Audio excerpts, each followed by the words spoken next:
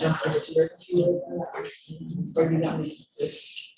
You keep it. Oh, because I wanted to keep, make sure that this is. Here's a page, got it. That makes sense.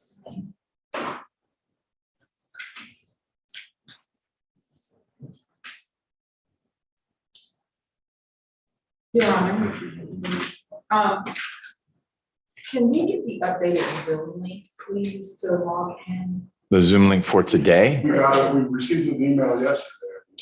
Well, I can give you, I'll forward it.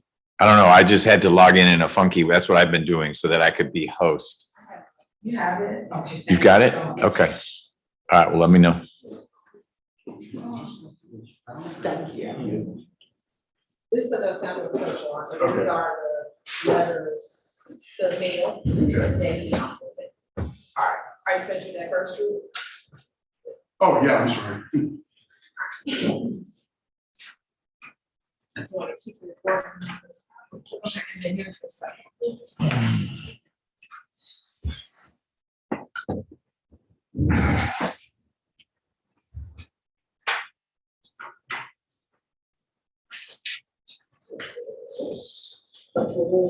Self-righteous. These are videos. From this one. From his channel. Okay.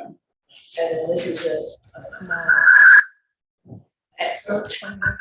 So I'm just kind of the stuff that I'm introducing. I print off just those specific pages, so I'm not printing off 2,000 page report. Okay. And then this is it here. The environment, thanks you. All right. Ms. Rivers, you ready? Let's go on the record, please. It is Tuesday, July 5th at high noon. We are back in State versus Rooks. Our jurors are here. Ms. Hilton, anything from the state before we bring the jurors in? Nothing from the state, Sean.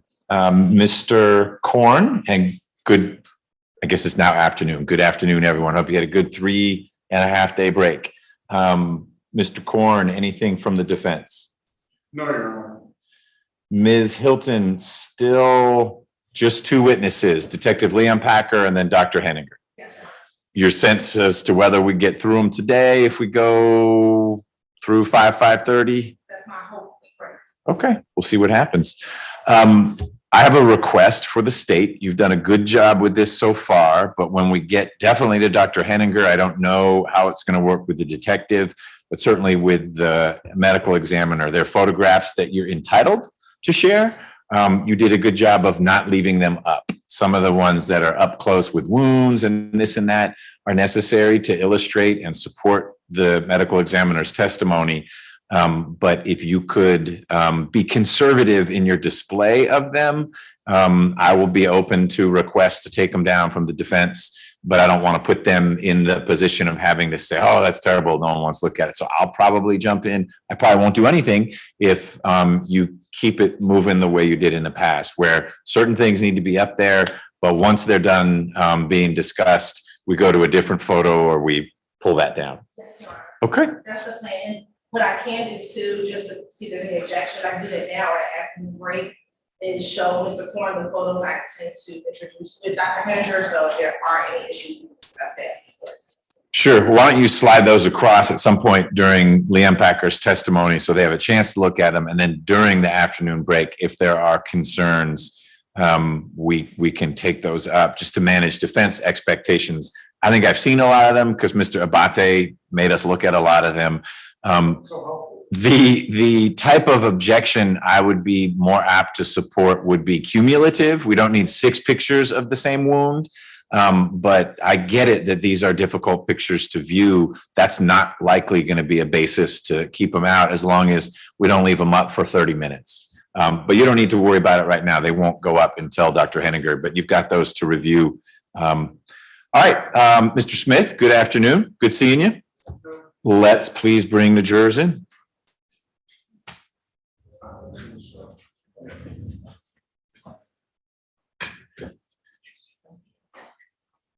The Zoom link, is that the one we received yesterday? So the one that works right now, is a meeting code that ends in 3841.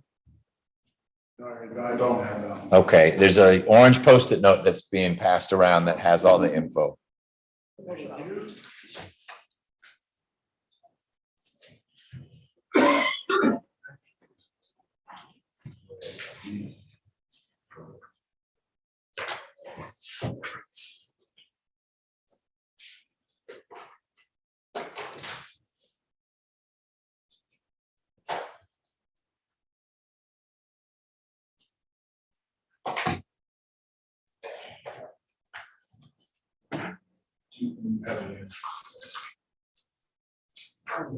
All right, Jared. Or on the,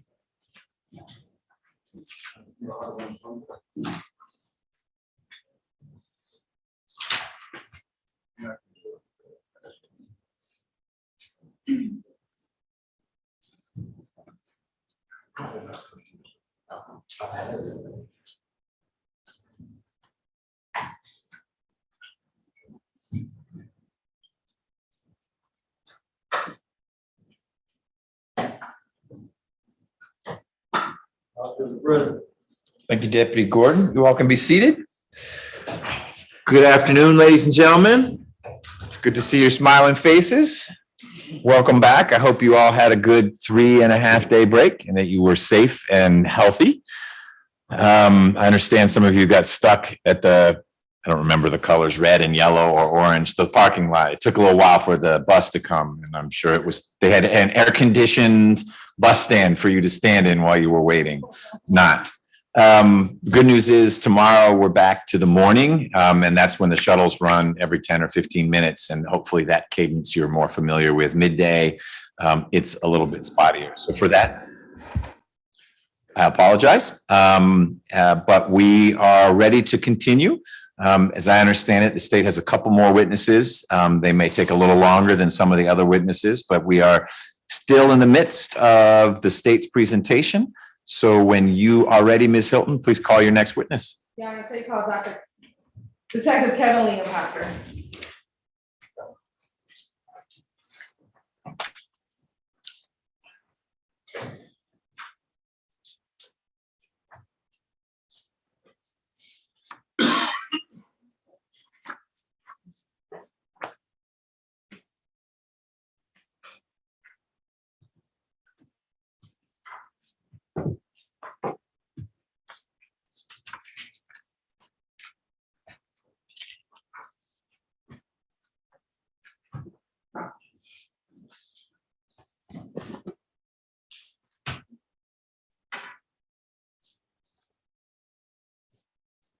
You think he showed up today? He definitely showed up. He's Okay. right here.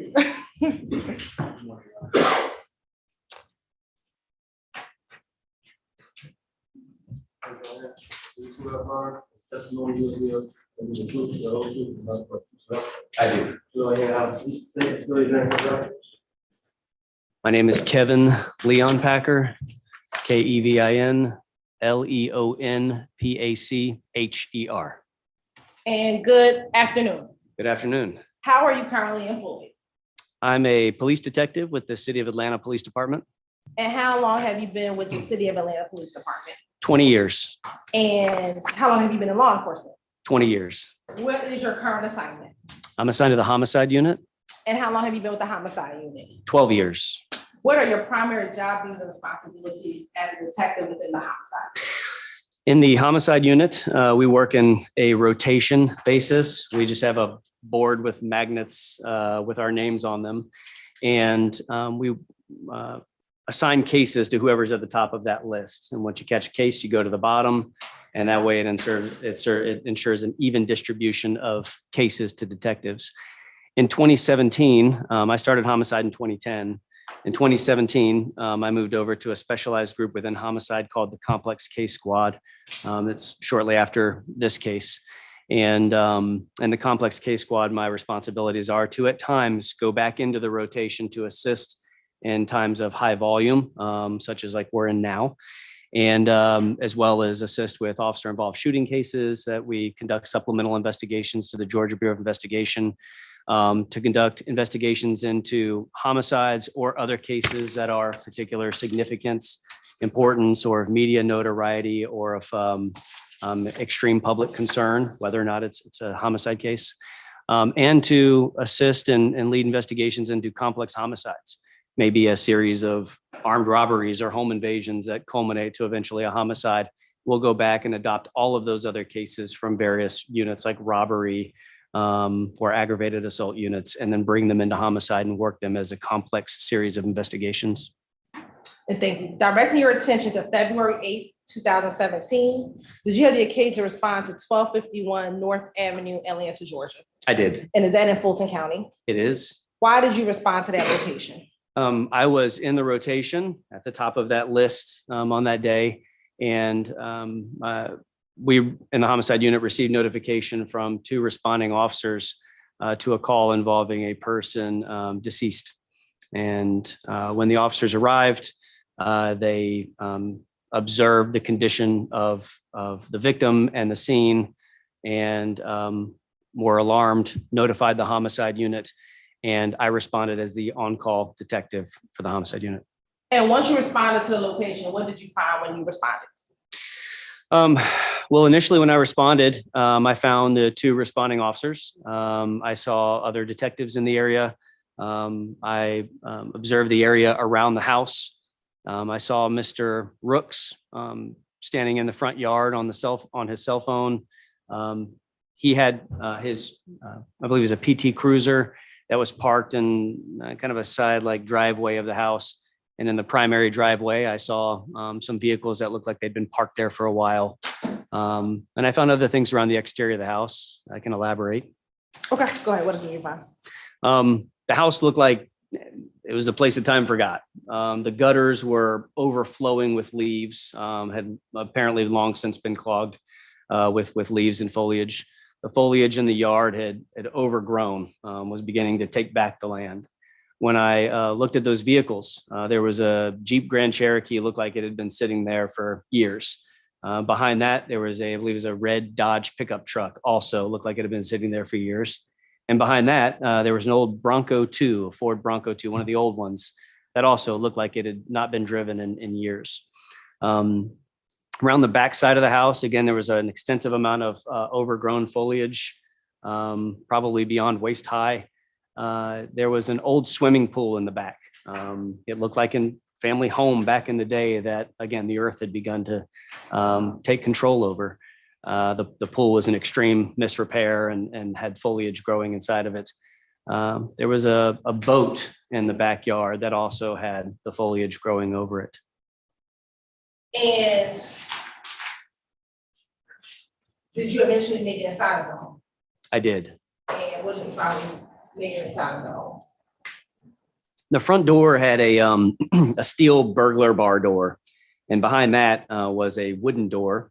And immediately when walking through the threshold of the front door, I saw Mrs. Medotha Rooks on the floor, nude.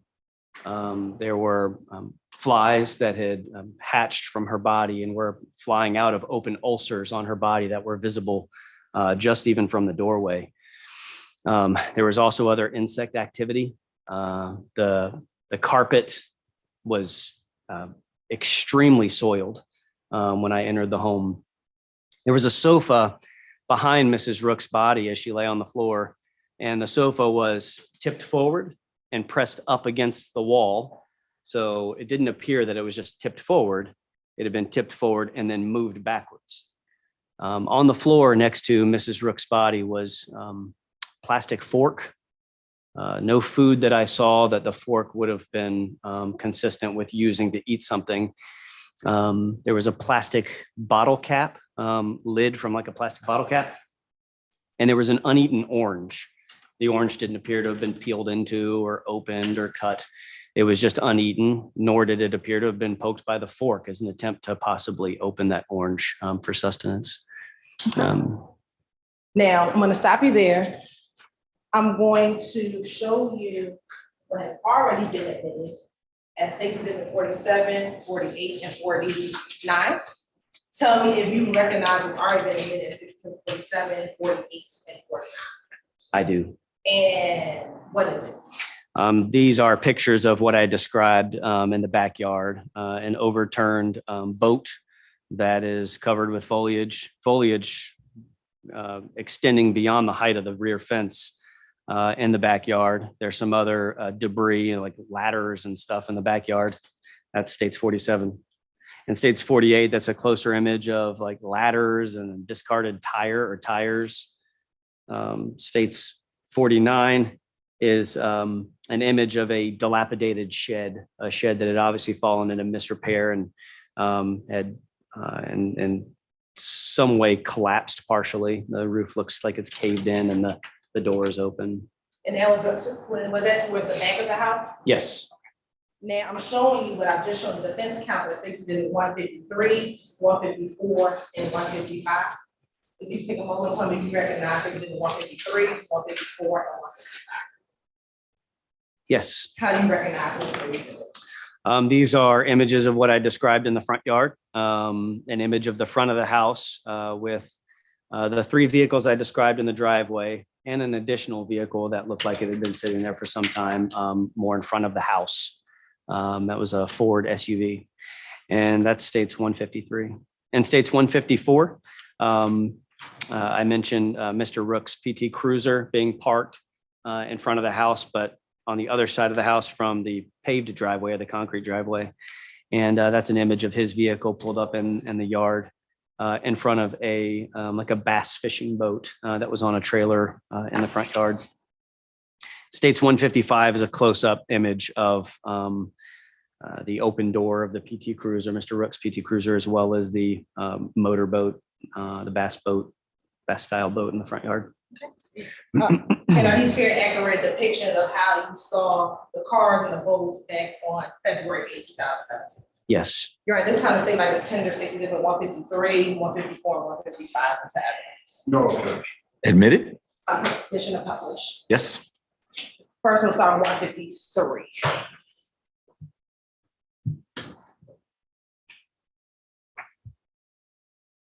Okay, so no, we just talked about, but are those the 3 vehicles, excuse me, 4 vehicles that you observed back on February 8th, 2017? Yes. And where is the 3rd vehicle? So on the left side, you see the green Jeep Grand Cherokee. Behind that, a red Dodge pickup. And behind that, backed into the driveway is that old Ford Bronco 2. And then the 4th vehicle is the green Ford SUV in front of the house. So there's 4 vehicles total. All right, thank you. Now looking at exhibit 154. This is an image of the red PT Cruiser that Mr. Rooks had been in and around when I arrived. Okay. And then last 155.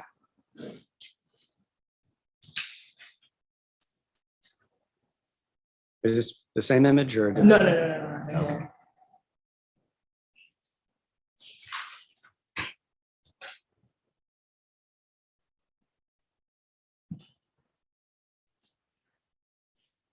In front of Mr. Rooks' PT Cruiser was that like bass style fishing boat on the trailer in the yard. Okay, thank you. Now, you had said that after observing outside, you went inside, the floor was extremely soiled. How did you realize or know that the floor had been extremely soiled? Well, I had already known from first speaking with the 2 responding officers, and that was Officer Pechtel and Officer Jackson, that I believe they described the house as being disgusting. And they suggested wearing some sort of protective equipment when walking inside the house. And the investigators wore booties, just kind of like a nurse or a doctor would wear, just like a type of a medical cover, similar like this type of cover on the microphone here, but that fits over footwear. And when I walked in, I could see that the carpet was soiled. I could see what appeared to be excrement of different sources. And I say that because I'd come to learn that there was a large Rottweiler in the house, and the Rottweiler was said to defecate on the carpet. And Mrs. Rooks was also said to have defecated on the sofa and on the carpet. And the excrement, I didn't conduct any tests of the excrement, but it appeared to be feces from possibly human and dog origin or canine origin. And you did wear those booties in the house? Yes, I did. I'm gonna show you what's the market for Exhibit 160. Do you recognize Exhibit 160? I do. And how do you recognize Exhibit 160? I took this photograph of the bottom of my booties when I exited the house after observing the bottom of my booties covering my footwear. It seemed extremely illustrative of just how soiled the carpet in the interior was. And is that a fair accurate depiction of the covering after leaving 1251 North Avenue on February 2007? Yes. Yeah, this time I took Exhibit 160. No objection. 160 is admitted. Permission to publish. Yes, ma'am.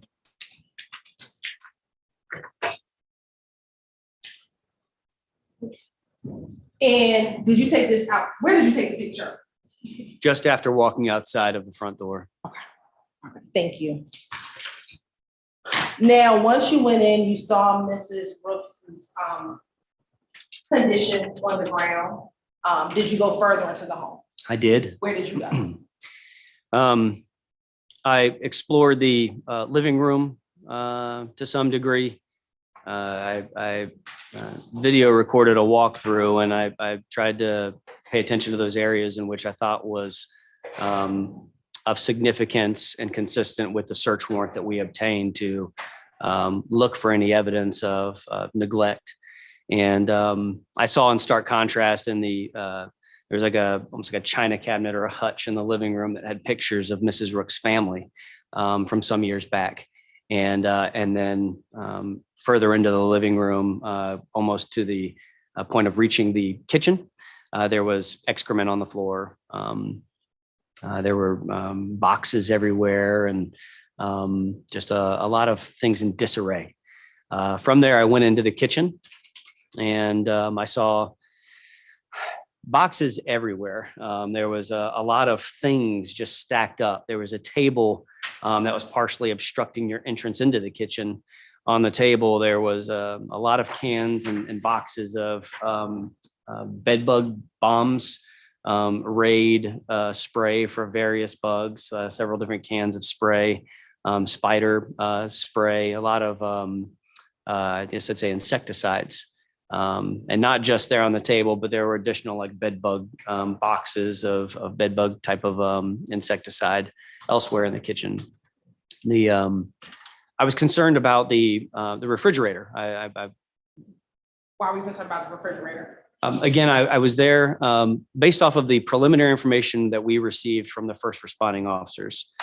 We obtained that search warrant to look for any evidence of neglect.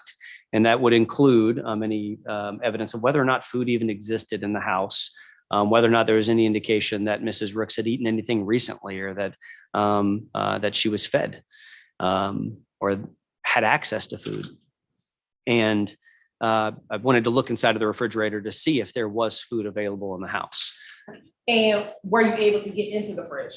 I was able to get into the fridge, but it was partially obstructed. Okay, what was it obstructed by? There was a large bag of dog food that was on the floor right in front of the refrigerator door. It was maybe about a third full. The bag read that it was a 36-pound bag of food. So, give or take 12 pounds, which for me wasn't too problematic, opening the door and sliding the bag of food out of the way. But I documented videographically the bag of food in front of the refrigerator because it wasn't me. I was concerned about being able to get into the fridge to access food inside. And were you able to document that? Yes. And you talked about a video. Were you the one who actually videotaped the inside of that house? Yes. Okay. I'm showing you what's been marked as State's Exhibit 156 and 157.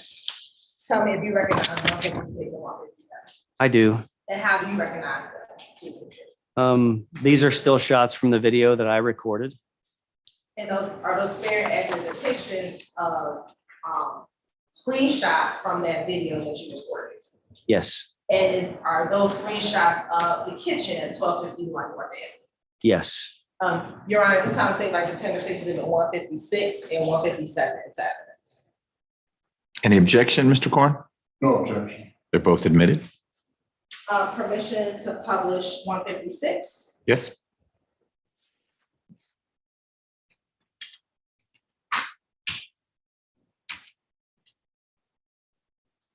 And is that the kitchen? Yes. And publish states exhibit 157.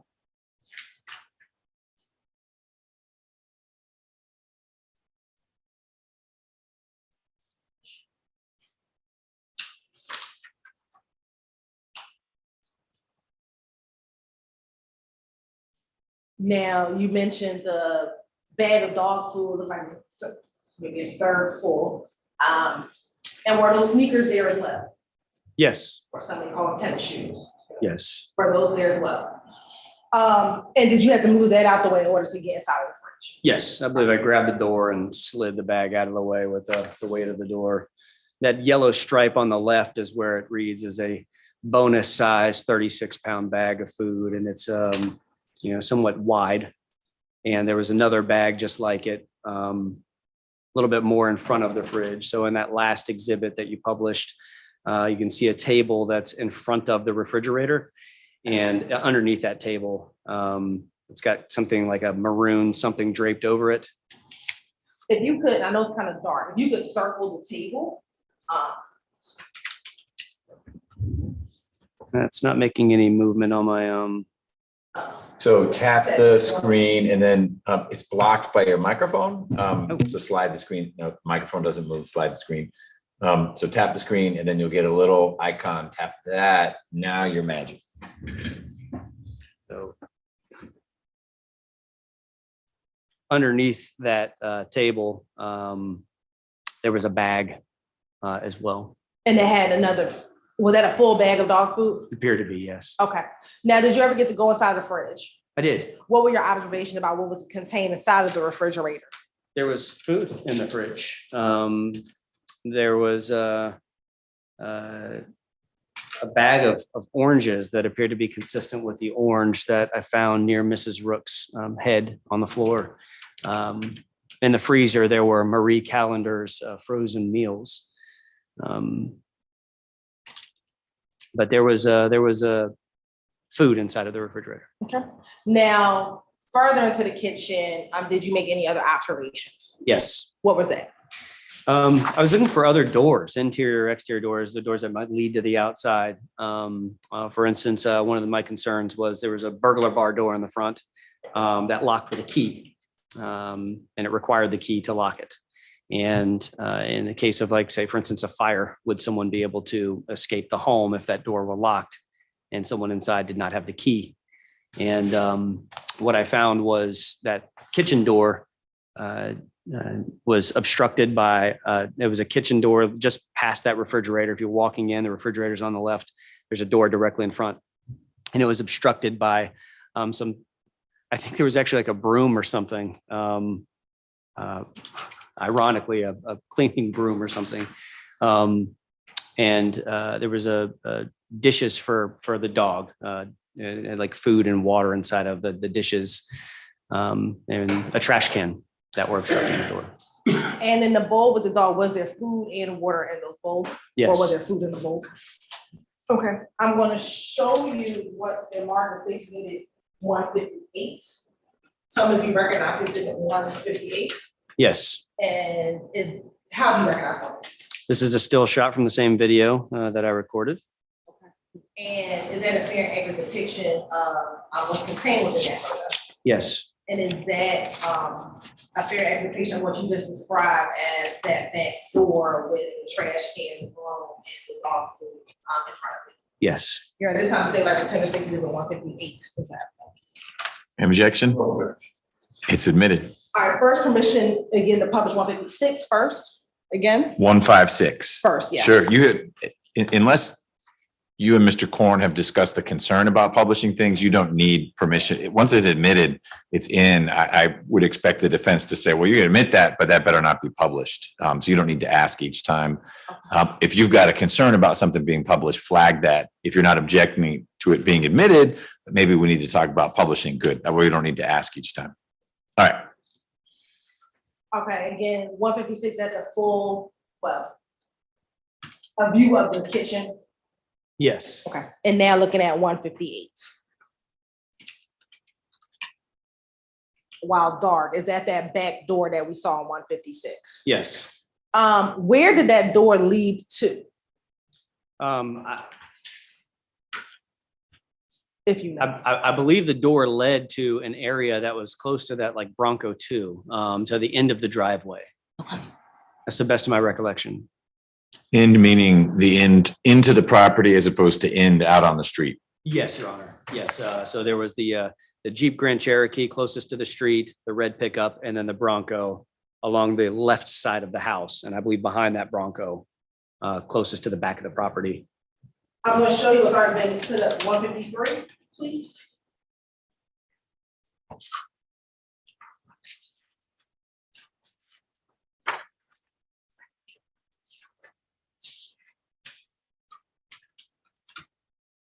Look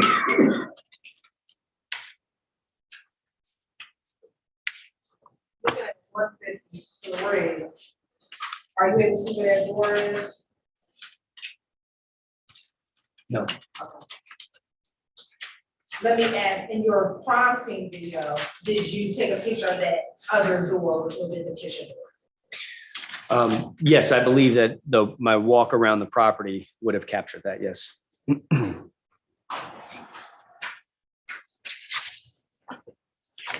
Look at that number 5. Do you see that? Yes. Okay, if you can put up 6 to the 5. Please.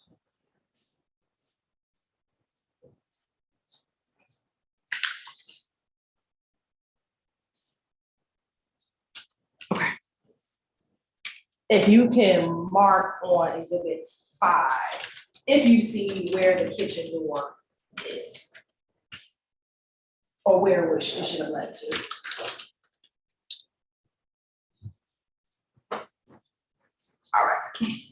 And again, that side of the house leads to the driveway. Yes. All right. Now, after going into the kitchen, did you go anywhere else inside of the home? I did. Where did you go? I walked down the hallway that led to some bedrooms, a bathroom, the door of which was closed, and I could hear a dog inside, scratching at the door.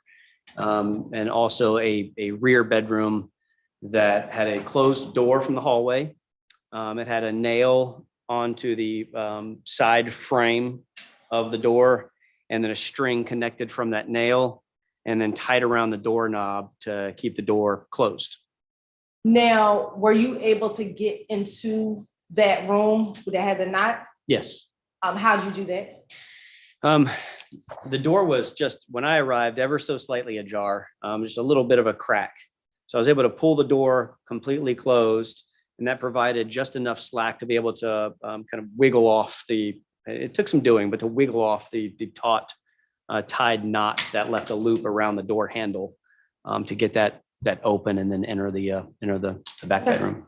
Once you were able to kind of toggle through and open up that door, what did you find? I found what I later learned was Mrs. Rooks' former bedroom from some years earlier. And it was in absolute disarray. There were clothes all over the floor and other items just kind of stacked up on the floor. I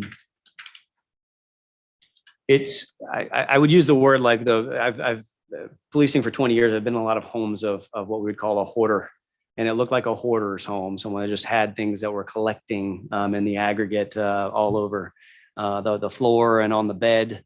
But it obviously, it appeared to me to be a place that had not been in use for some time. The bed was in stark contrast to the condition of the sofa in the living room. It did not appear to be extremely soiled or falling apart in disrepair. There was a calendar on the wall that I also captured in that video walkthrough, and the calendar was from 2012. And that I would later learn would be consistent with the last time that I believe Mrs. Rooks lived in that bedroom or slept in that bedroom. So after leaving out of that bedroom, what did you do next? Or where did you go next in the home? Well, as I made my way to that back bedroom, I noticed, and I observed it again on my way out, there was a large sofa that was up on end, blocking another bedroom door. And I believe that is the door that goes to a bedroom that also opens up into the kitchen from another door. So there are, I believe, 2 doors to that bedroom. But that sofa, I did not move it at the time. We were still waiting for our crime scene technician to finish taking photographs and documenting the scene as it was when we arrived. But I did observe the sofa in the hallway, and it was in pretty good condition. Again, in stark contrast to the sofa that was in the living room. And I took note of it because it seemed out of place. A sofa in great condition standing up in the hallway, not being used, and a sofa that is tipped over, worn through, soiled, and pressed up against the wall in the living room. I'm going to show you what I've already shown you. This kind of sticks to the part 59. So you recognize what 59. I do. And how do you recognize what 59? This is a still shot from that video walkthrough that I created. And is that a picture of the sofa that you were just testifying about? It is. And is there a very accurate depiction of a screenshot of the video that you took on February 8, 2017?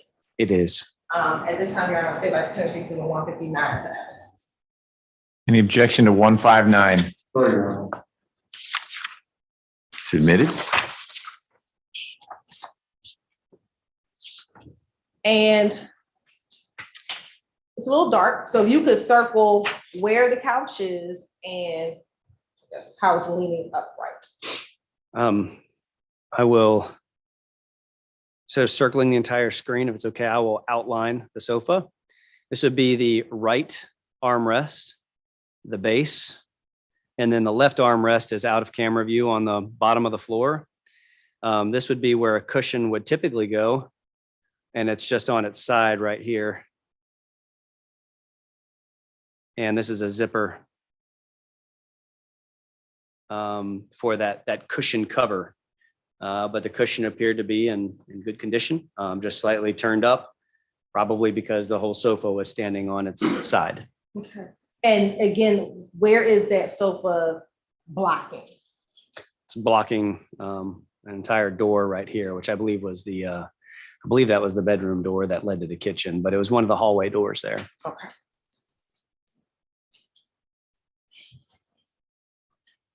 Now, after you observed that couch, where else did you go inside of the home?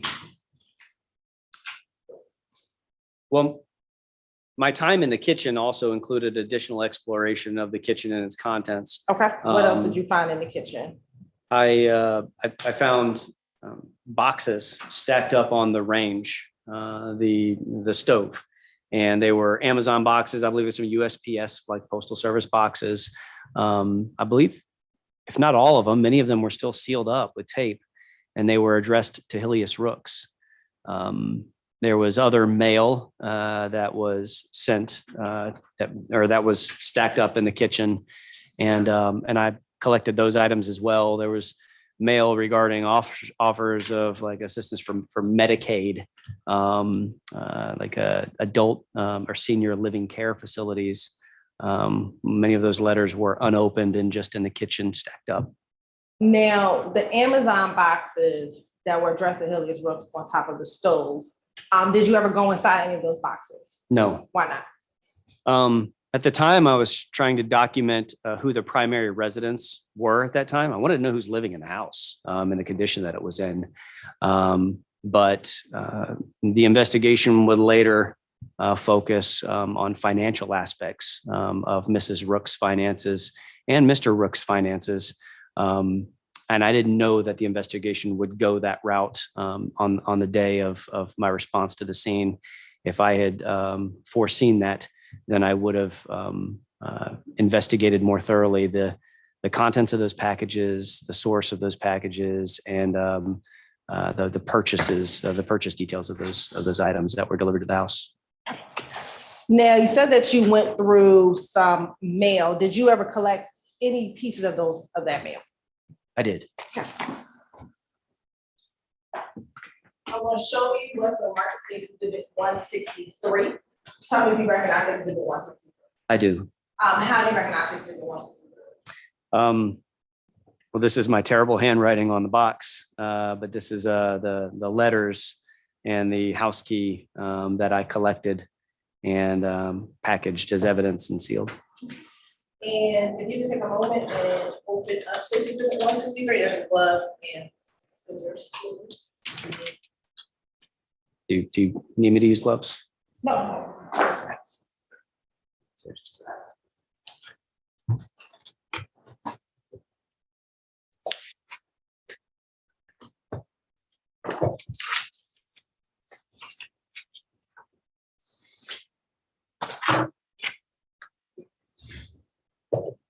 Now looking in, and you can flip through, are those the items that you collected on the side of the house?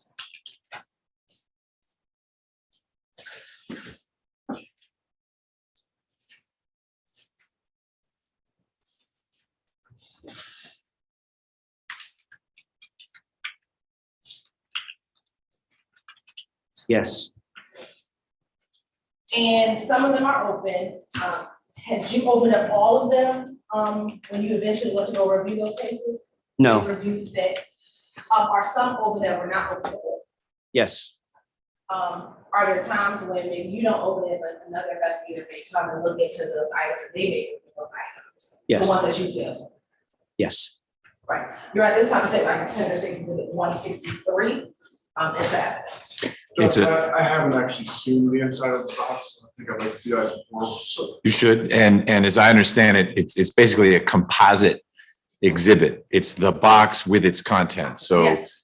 It may be that Mr. Corn has an objection to one of the items in there, or all, or some, and we can work through that. But 163 would be box plus contents. Yes, Your Honor. Okay. Wow.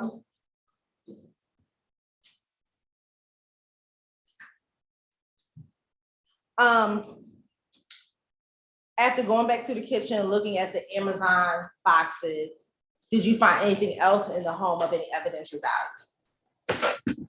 Yes. What was that? There was some medication. We looked for any signs that Mrs. Rooks had been taking any medication to deal with any ailments or anything that she may have been suffering from. And did you find any medication? Yes. What was the medication that you found? I believe it's pronounced orthalidone. And on looking at the medication, did you find anything of any evidence or significance to you when you looked at the bottle of medication? Yes. What was it? The medication expired in 2008. And how many bottles of medication were there? 2. And did you ever later learn or find out what that type of medication was for? Yes. It was for treating high blood pressure and swelling. I'm going to show you what's already been admitted as Exhibit 43. Are those the 2 bottles that you're referring to? Yes. Have you had an opportunity to go through the bottle? I do have a question, but I Okay. want to approach. Well, why don't we do this? Were you planning on publishing certain aspects? Because if you were, and Mr. Corn doesn't have concerns about what you wanted to publish, then during the break, we could work through the non-published items to see would those go out with the jury. There are a few that I want to publish. Mhm. Most of the ones that were already in some pictures before. But that's not anything we can take up right now. I can kind of get to a resting break and then come back to the Okay, items. great. So Right. I have no objection to publishing what goes there. Okay, so 163 is admitted. There may be some pieces that don't go back with the jury or aren't published, but 163 is admitted. Its contents will be part of the record, and we can work through what goes back with the jury, what can be published when we get to those two crossroads. One would be much sooner if there's something you want to publish that hasn't already been effectively published through photos. Now you said that you also got a house key. How did you get that house key? I believe that's, I don't recall, because I recall getting a house key for the front door from Mr. Rooks that morning, and then providing that to one of our detectives at the scene. And the best of my recollection is that after securing the house, after we concluded our business at the house, that key was returned to me, and then I turned it in. And that's my best recollection of it. Now, after you kind of went through the house, did you speak with anyone on scene? Yes. Who? Well, I spoke with Mr. Rooks before I went into the house. And then I also spoke with him again after I exited the house. So let's talk about when you first spoke to Mr. Rooks. Why did you speak to him before going into the house? Well, again, I had received some preliminary information that was provided from the first responding officers at the scene. And I had already been, excuse me, I had already been made aware of the conditions of the house. And I had been made aware that Mr. Rooks was the person that called 911 to report Mrs. Rooks' death. So I've got water, thank you. So I just wanted to get some preliminary information from him. I didn't know if he was a full-time resident of the house. I didn't know if he was a caregiver, a caretaker, if he had just come to the house and discovered his mother in that condition. So I just spoke with him briefly before going in. I got some background information, went into the house, and then after seeing for myself the condition of the house, the condition of Mrs. Rooks, including her I don't want to say injuries, but her open ulcers, or the things that she was suffering from, and some injuries to her body, and seeing just the overall condition of the house and the property, I had some additional questions for Mr. Rooks, and so I went back out and spoke with him a second time. Okay, so while you had been talking to or speaking with Mr. Rooks the first time before you go into the house, did you have the crime scene tech come out and take pictures of the entire house and the condition of Ms. Rooks? I did. Okay. And did you also have them take pictures of Hilius Rooks? I did. Why is that? When I was speaking with Mr. Rooks, Hilius Rooks, his clothing, his appearance seemed to be wildly different from the condition of Mrs. Rooks. Nude. Judge, I don't know, Judge, at this point, if he wants to testify as to observations, that's fine, but the commentary is inappropriate. I ask the court to admonish the witness not to make his commentary with adverbs such as wildly and so forth. Your Honor, I think that's his observation, that it was substantially, or since we're wildly different from what he saw, and I think that's his observation. Okay, I'm going to overrule, but I think it's a helpful observation that we certainly want to stick to describing what was seen and observed and heard from Mr. Rooks, et cetera, as clinically as possible. But I don't think what Detective Lampacker said crossed any line like that. So overruled. So it was substantially a wildly different. It was substantially different. The house and Mrs. Rooks were in extremely filthy condition, and Mr. Rooks' clothing was neat, clean, appeared pressed. His facial hair was well groomed. His appearance was neat and clean, and I wanted to document the disparity. Now, when you first spoke to Mr. Rooks, and let me ask you this: do you see him in the courtroom today? May I step on? I do. If you can identify him by article of clothes that he's wearing and where he's positioned. Mr. Rooks is sitting off to your left shoulder in the middle, and he's wearing a dark colored suit. Appears to be a gray shirt and a dark colored tie, and he's got on a black face mask. Your Honor, let the record reflect that Detective Lampacker has identified the defendant. He has? When you first spoke with the defendant, Mr. Rooks, was he under arrest at that point in time? No. Yeah. And did you speak with him? I did. And was that interview recorded? Yes, And have you had the opportunity to listen to that interview? I have. And let me ask you this, how many times did you kind of speak with Mr. Rooks? Primarily 3 times. There were, I believe, 4 different recorded interactions because one was after a pause and some administrative work at headquarters, but primarily 3 times for interview purposes. And have you had the opportunity to listen to all of those interviews in preparation for trial today? Yes. And were those calls that you listened to in fair and aggregation of the interview that you had with Phyllis Rooks on February 8, 2017? Yes. And let me jump, were all of your interviews on February 8, 2017? Yes. I'm going to show you what's been marked as Stacey Exhibit 147. Do you recognize Exhibit 147? I do. And how do you recognize it? These are the interviews that I reviewed prior to today, and I initialed the disc and dated it the time that I conducted that review. Your Honor, this time State Light Lieutenant Stacey Exhibit 147 is happening. No objection. 147 is admitted. Just so I'm understanding, this would be, we've discussed that there were several statements. This is how many of the several statements? All of the statements are on this CD. All 4. All 4. Okay, Yes. great. It's admitted. All right. Permission to publish it, please.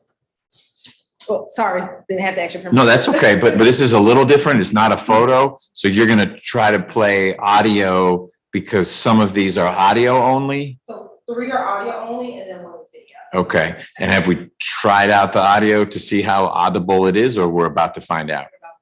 Okay, so why don't we play a little bit of it and then pause whether you've got a question or not so we can confirm that the jurors can hear, and we'll go from there.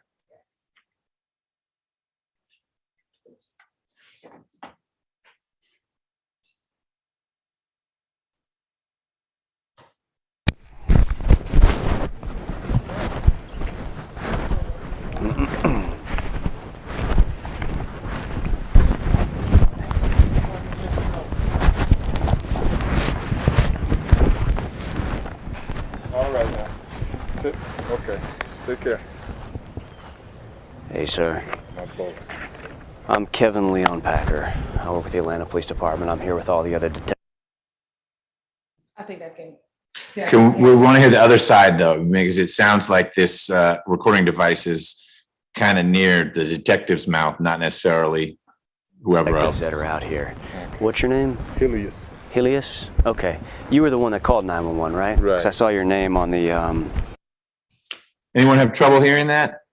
Seeing no hands. If you do, that's as loud as it gets. So if you want to relocate, you can relocate. But if you have trouble hearing, not necessarily because one word was inaudible, probably it's inaudible to all of us. But if consistently you are not able to hear what's going on, wave a hand and we'll see what we can do. Okay? Thank you. saw your name on the call record when we were preparing to come out here. What's your last name? Rooks, R-O-O-K-S. Is it Hillius? Yeah. Okay. When's your birthday, Mr. Rooks? 4759. And your phone number? Homicide. You homicide? We do all death investigations. Okay. We do suicides, accidental deaths, and homicides. But that's, you know, obviously Natural causes. sometimes natural causes too. Yeah, we go to sometimes even nursing homes when there's a death. So yeah, we do. No other unit within the police department would be equipped to do death investigations. Right. So, I got you. what's your cell phone number? 404-934-5660. Okay, and Can I take this right quick? It's a cousin. Yeah, I've sure, been calling I just need a couple of minutes of your time. So if you don't mind. Hello, can I call you right back? Okay, I'm talking to a detective. Okay. All right. And I'm sorry for your loss. It's my understanding it's your mother that's passed. Is that right? What's her name? Madotha, M-A-D-O-T-H-A. Rooks. Okay. And do you know her birthday? May 31st, 1933. Okay. How long has she lived in this house here? 53 years. Okay. All right. It's my understanding you were living in the house too recently? Yeah. Okay. Yeah. When did you move in? About, I'm off and on, but as far as staying, I say about the last 2 months. Okay. Leading up to the last 2 months. Actually being, you know, that morning, noon, and night. Except for at work. I'm at work, she's there by herself. Okay. My aunt used to come by and she claimed she scared of the dog. Okay. All you had to do was call me and I put the dog up. Yeah. When's the last time your aunt came by? She said, let me see, what did she say? Is that your mom? She said she came to the door and Didn't sat on the porch, talked to mom through the door. Okay. And when was that? How long ago was that? I think that was probably a few months back or something. Okay. Before you moved in? Before I moved in. I've been here just off and on. I'm saying staying, actually spending the night. Okay, so it's before you were here, like, you know, Right, regularly. Okay. right. I think that's she came by when I was at work. your aunt is My your neighbor checks on her. She comes when I'm at work. Okay. She came yesterday. Your aunt is your mom's sister? Sister. There Okay. you go. What's her name? Osadell. Osadell. Osadell. Okay. E-L-E. How you? Okay. how you- Yeah, I did just like you did, except I added the E on the end, which you gave as a possible. Does she have the same last name, Rooks? Yeah, nah. Reeves, maiden name. She never married, so it's R-E-A-V-E-S. Okay. Do you know her phone number?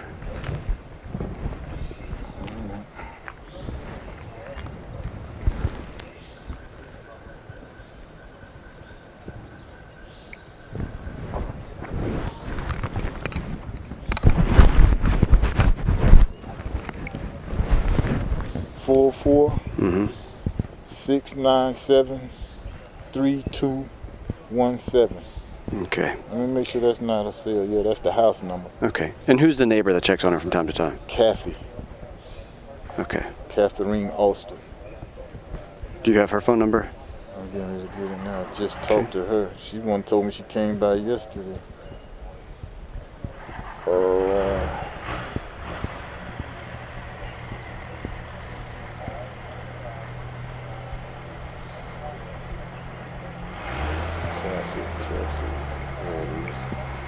Her number is 404-775-6220. Okay. All right. I'm going to go inside and meet with the other detectives and just kind of get caught up to speed, but I'm going to speak with you again, okay? I'm going to be here. Can't go in.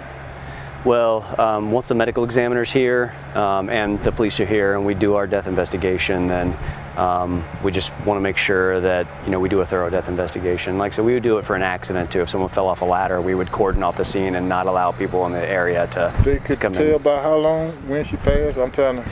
That's what that's why the medical examiner comes out, because that's a medical determination, and we're Last cops. time So. I went to bed about 9, and she was snoring and moving around. This Okay. morning, I don't know. So I don't know if she passed on the 7th or the 8th. Okay. You know, you see what I'm saying? All right. You said you went to bed around My 9? birthday is on the 7th day. Oh, wow. And that was yesterday? Right. Oh, I jeez. was trying to figure out. You said it was around 9 you went to sleep last night? Yeah. Okay. All right. She had stopped speaking about 2 days. Last time I spoke with her was Friday. When I got off work, came through the door, she said, "There's my son." You know, all excited. And then I was telling her about the Falcons was in the Super Bowl. Sunday I left to go watch the Super Bowl. And I told her, matter of fact, I told her I loved her and all that because she had stopped speaking. Saturday she was stuck in that sofa. That's why I left everything like that. I even got pictures of her stuck down in there. When I pulled her out, I think she had been there and got fused or something, but you know, her skin came off with it. And I laid her right there on the floor, and that was the last time she talked. She was talking, "Oh, Jesus, Jesus," you know, like she was in pain and stuff. Jesus, Lord, she kept saying that. Did you call an ambulance or anything when that happened? I knew she was being stiff because she kept her leg always crossed. Yeah. Is it crossed now? I don't know. I just got here, so that's why I'm about to go see. You work at Georgia Tech? Yeah. Okay. What do you do there? Maintenance. Okay. Housing. In the housing? Okay. All right. All right. Well, let me go in, and like I said, I'll be here, so I'll answer any questions you have when once we're wrapping up. Okay. Okay. All right. Thanks. Yes, sir.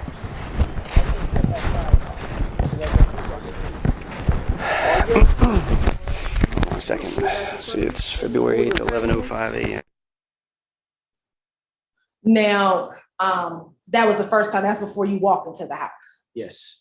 Now, when you asked him, after he kind of was going through what happened leading up to why you were called out that day, did he ever answer the question as to whether or not he had called 911 after he had pulled his mother off the couch? No, his only response was, just made that noise, kind of that, and his expression on his face was like, when I asked the question. And did you ever find anything through 911 calls about any 911 calls to the home the weekend leading up to when you arrived on scene on February 8th? I did research all 911 calls to the home as far back as our records would go. And no, I did not see any 911 calls in the weeks or months preceding our response there on February 8th. If you can recall, outside of the call on February 8th, 2017, when was the last 911 call to that house? I could refer back to my lead report, but best of my recollection, I think it was like 2013. And after speaking with him, is that when you go into the house and you make those observations? Yes. Now, after you make those observations, what do you do? What do you do? I went back out and I reapproached Mr. Rooks and told him that I had some additional questions and asked him if he would accompany me to police headquarters for an interview. And did he agree to accompany you? Yes. How were you all going to get to from his home to police headquarters? We rode in a one of our detective Tauruses. I rode in the back seat with him, and I believe my sergeant at the time, Kathy Lyons, drove. Was he under arrest at that time? No. Was he handcuffed? No. Was he free to leave? Yes. At that point in time, did you read him his Miranda warnings? I did. Did you speak to the defendant prior to you reading his Miranda warnings? I did. Okay. What was the extent of that conversation prior to you reading his Miranda warnings? It wasn't lost on me that he's riding in the back of a police car. It wasn't like a patrol car with a cage or anything like that. And to ensure that he was aware of his rights, aware that he didn't have to speak with the police, I read him his Miranda rights, prefacing that as to why I wanted him to come down to police headquarters. I said before reading those rights that essentially I felt like he knew we had to have had questions once we arrived at the house about the condition of the house and the condition of his mother. And that in fact, I did have some additional questions and I had some concerns and I wanted to discuss those concerns with him to alleviate those concerns if he had some explanations. And but before he answered any of those things, I wanted him to be aware of his rights. Okay. And let me, you said this was not like a police car. So can you describe to the jury what type of car you all went down to police headquarters? It's a Ford Taurus. I don't even know if it had blue lights inside of it, but it's a detective's car. It's not a like a marked police cruiser.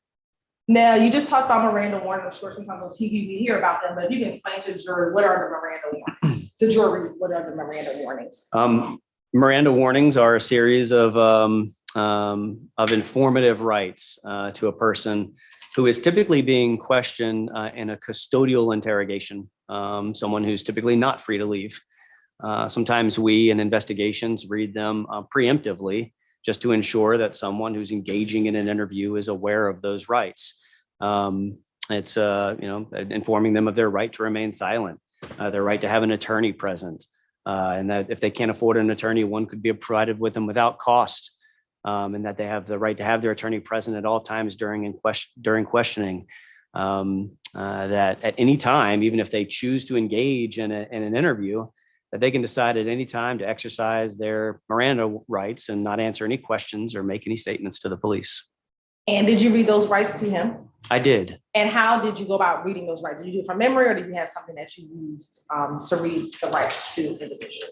I almost always read them from a card, and I read them from a card in this case. And do you have that card present with you here today? I do. Can I I keep see it a in my copy card of that? case. Yeah.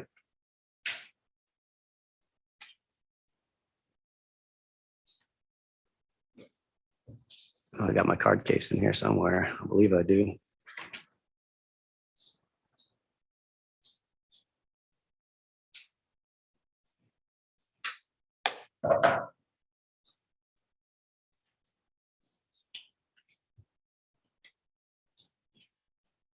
If you could read the warnings as you would have present, as you did read them to Mr. Rooks back on February 8, 2017. You have a right to remain silent. Anything you say will be used in court as evidence against you. You are entitled to have a lawyer now and have him present now or at any time during questioning. If you cannot afford a lawyer, one will be appointed for you without cost, and he may be present at all times during your questioning. You can decide at any time to exercise these rights and not answer any questions or make any statements. And after you read him those rights, did it appear that he understood those rights? Yes. And did he ask you any questions after those rights were given? No, he didn't ask any questions. I believe it was at that time that he made a statement about whether or not, or that an attorney would cost money. Okay. And did you respond to that when he said that? I did. What did you say? I reinformed him of his right to have an attorney, and that if he couldn't afford one would be appointed for him without cost, and that he may be present at all times during his questioning. And did he ask you anything else after making that statement? No, he made some indication that he wanted to participate in the interview. Okay. Did he ever ask you to slow down and repeat any of the warnings that you gave him? No. At this time, had he been charged with a crime? No. And after reading him the rights, did he agree to speak with you? Yes. Initially, did he invoke his right to remain silent? No. Initially, did he request an attorney? No. Did there come a point in time in the interview that he did request an attorney? Yes. Did he appear to be coherent? Yes. Could you understand him? Yes. Did he appear to understand you? Yes. Do you recall how old was he at the time that you were getting ready to interview him? 57. At that time, did you learn how far he had went in school? I don't think I learned at that time. At what point in time did you learn how far he went? I believe it was when I spoke with his cousin. I learned that he had finished school and gone to trade school, finished high school and gone to trade school afterwards. Okay. Did he appear to have any learning disability? No.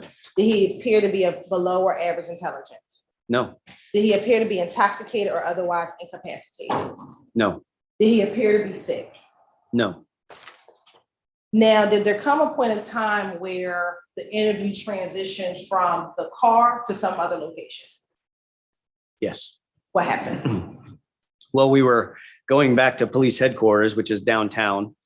This location is in Northwest Atlanta. So I recorded the duration of our travel from 1251 North Avenue back to police headquarters right here downtown at 226 Peachtree Street Southwest.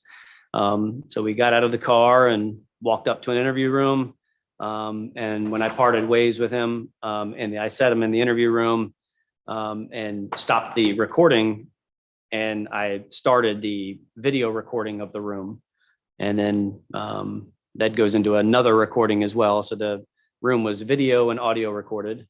And I also carried my voice recorder back into the room. So there's two recordings of the same interview for that third interview. And if you recall, about what time did you begin the interview, say even starting from the car, and then what time did your interview conclude? I ended the recording after the car at 12:52 p.m. So 10, 15 minutes travel time from 1251 North Avenue to headquarters. And then the interview inside the interview room began at 1:16 p.m. And do you recall what time the actual interview ended? Around what time? I don't. I remember the duration of that interview at headquarters being give or take about an hour and 10 minutes. But I believe it was 47 minutes into the interview that I had informed Mr. Rooks that he was no longer free to leave, that he was in custody, and that I intended to meet with a judge to apply for a warrant for his arrest. So the most substantive part of that interview was from 0 to about 47 minutes, and then it continued on from there. And a large portion of that is taking an inventory of some property. Okay. Now, we talked about whether or not initially he requested an attorney. Did there come a point in time during this interview that he did request an attorney? Yes. What happened once he requested an attorney? I didn't intend on asking him any more questions. He said that I informed him that he wasn't free to leave, that I was going to apply for a warrant for his arrest. And he said, man, I need a lawyer or something to that effect. And I, essentially I was like, okay. But he continued making statements and asking questions. And I believe I even reminded him that he had asked for an attorney one or more times after that. So when you spoke to him after asking the attorney, was that because he was asking you questions and you responded? Yes. And did you ever threaten the defendant in order to get him to speak with you? No. Did you ever promise him anything to get him to speak with you? No. Did you ever talk about charge or sentences for the crimes in this case? No, I think I informed him after the warrants issued what his charges were. But I never, during the interview portion, tell him, this is what you're facing if you don't talk to me or anything like that. I didn't discuss charges or penalties. During the course of interviewing him, was he able to go to the bathroom? Yes. Did he have any water? Yes. I offered him a bottle of water as soon as we arrived at headquarters.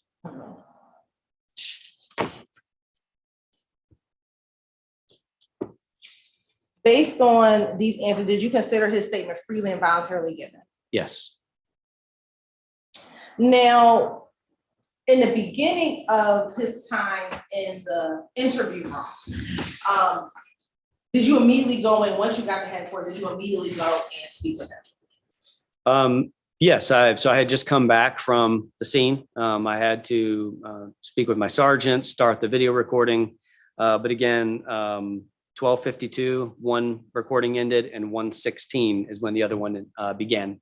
So short duration. Prior to that time, was he doing anything before you came back into the room to conduct the second part of that? Yes. What was he doing? He was on the phone. And was that picked up on the video recording? It was. All right. At this time, I'm going to publish the first part. The first part of what occurred at headquarters, or we're now in the car? The car interview. And how, just so we're planning, I want to make sure we break for breaks, et cetera. How long is the car interview?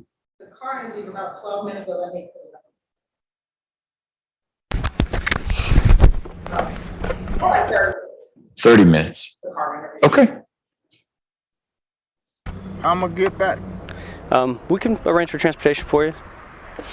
Let me put on some shoes. You can keep the shoes that you have on. My house shoes, man. We're just going straight there and back, and you can't go inside the house right now.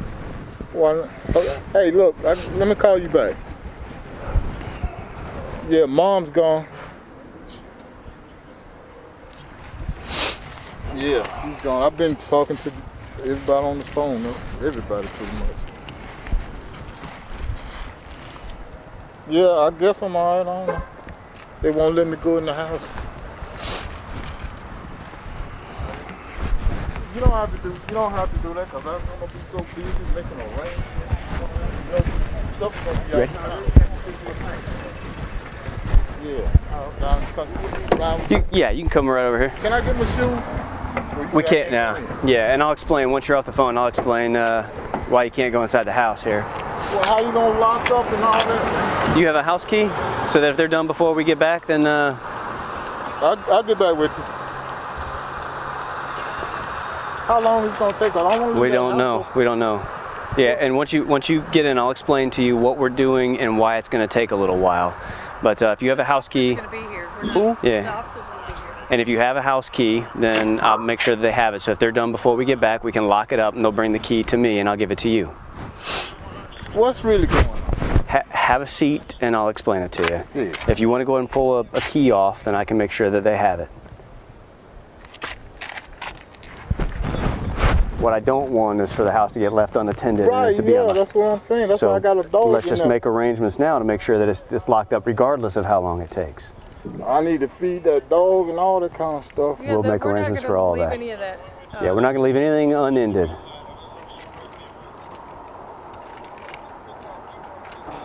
Or should I call somebody to come over and watch the house?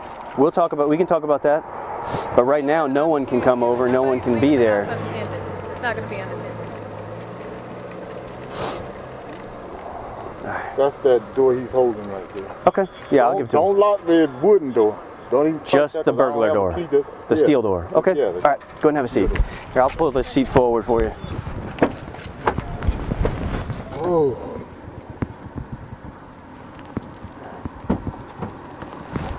Is this normal? Yes.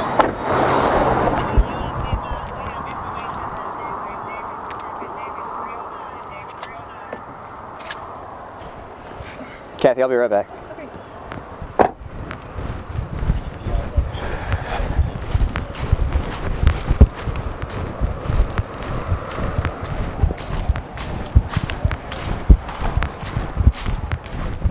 Jimbo, there's a key to this steel door right here. He said when we lock up, don't lock the wooden door, just the steel one, because I guess he can't get inside the wooden one. I'm rolling because I was explaining to him why he can't go inside the house. I haven't told him yet, but we'll get there.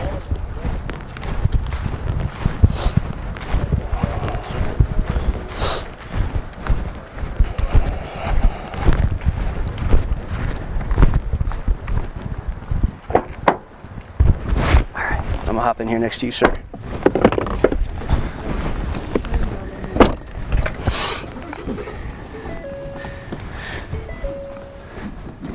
You know the fastest way back?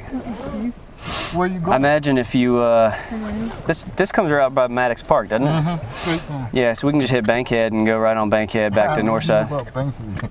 Yeah, Bankhead. APD, you never going to know about my kids. I mean, most of you call it Donald, whatever that new name. That's the new people. Right, there you go. I call I'll get Common relatives Parkway, lost. Stewart Avenue. I will too. And Simpson Road. Yep. So see, if I got relatives coming, that's what I'll be calling the old name.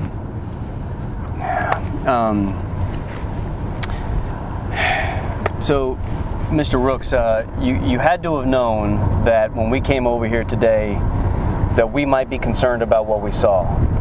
Right. Because I know that you have to know that because I told you when I arrived here. House a mess. That's part of it, but when I arrived here, I told you we conduct in our homicide unit. I've been working in homicide for 7 years now. You saying she was murdered? No. I told you when we got here that when with the homicide unit, we conduct all types of death investigations. That's right. Natural They did deaths, my homicide. suicides, medical deaths, accidental deaths, and criminal homicides. I've even worked the time I saw this, a lot of detectives with my uncle, they found him deceased in his house. Yeah. They had to break the door. Well, being that we've seen a lot of death scenes and it's our responsibility to come out and conduct a thorough investigation. They got that blocked. Were you going to the right? Yes. They got it blocked. You can go straight and go around Yeah. Marietta. That's Marietta Boulevard Street. And go down Chattahoochee, or Huff Road rather, There you go. And come back around on to Howell Mill, Marietta Street. Yeah. over there by La Fonda. Back then. But the condition of your house and the condition of your mother, where she is right now and how she looks, is not normal for us in a death investigation. That's not a normal medical or natural related death. It's not consistent with what we typically see, which is why we have more questions, which is why we're bringing you down to headquarters.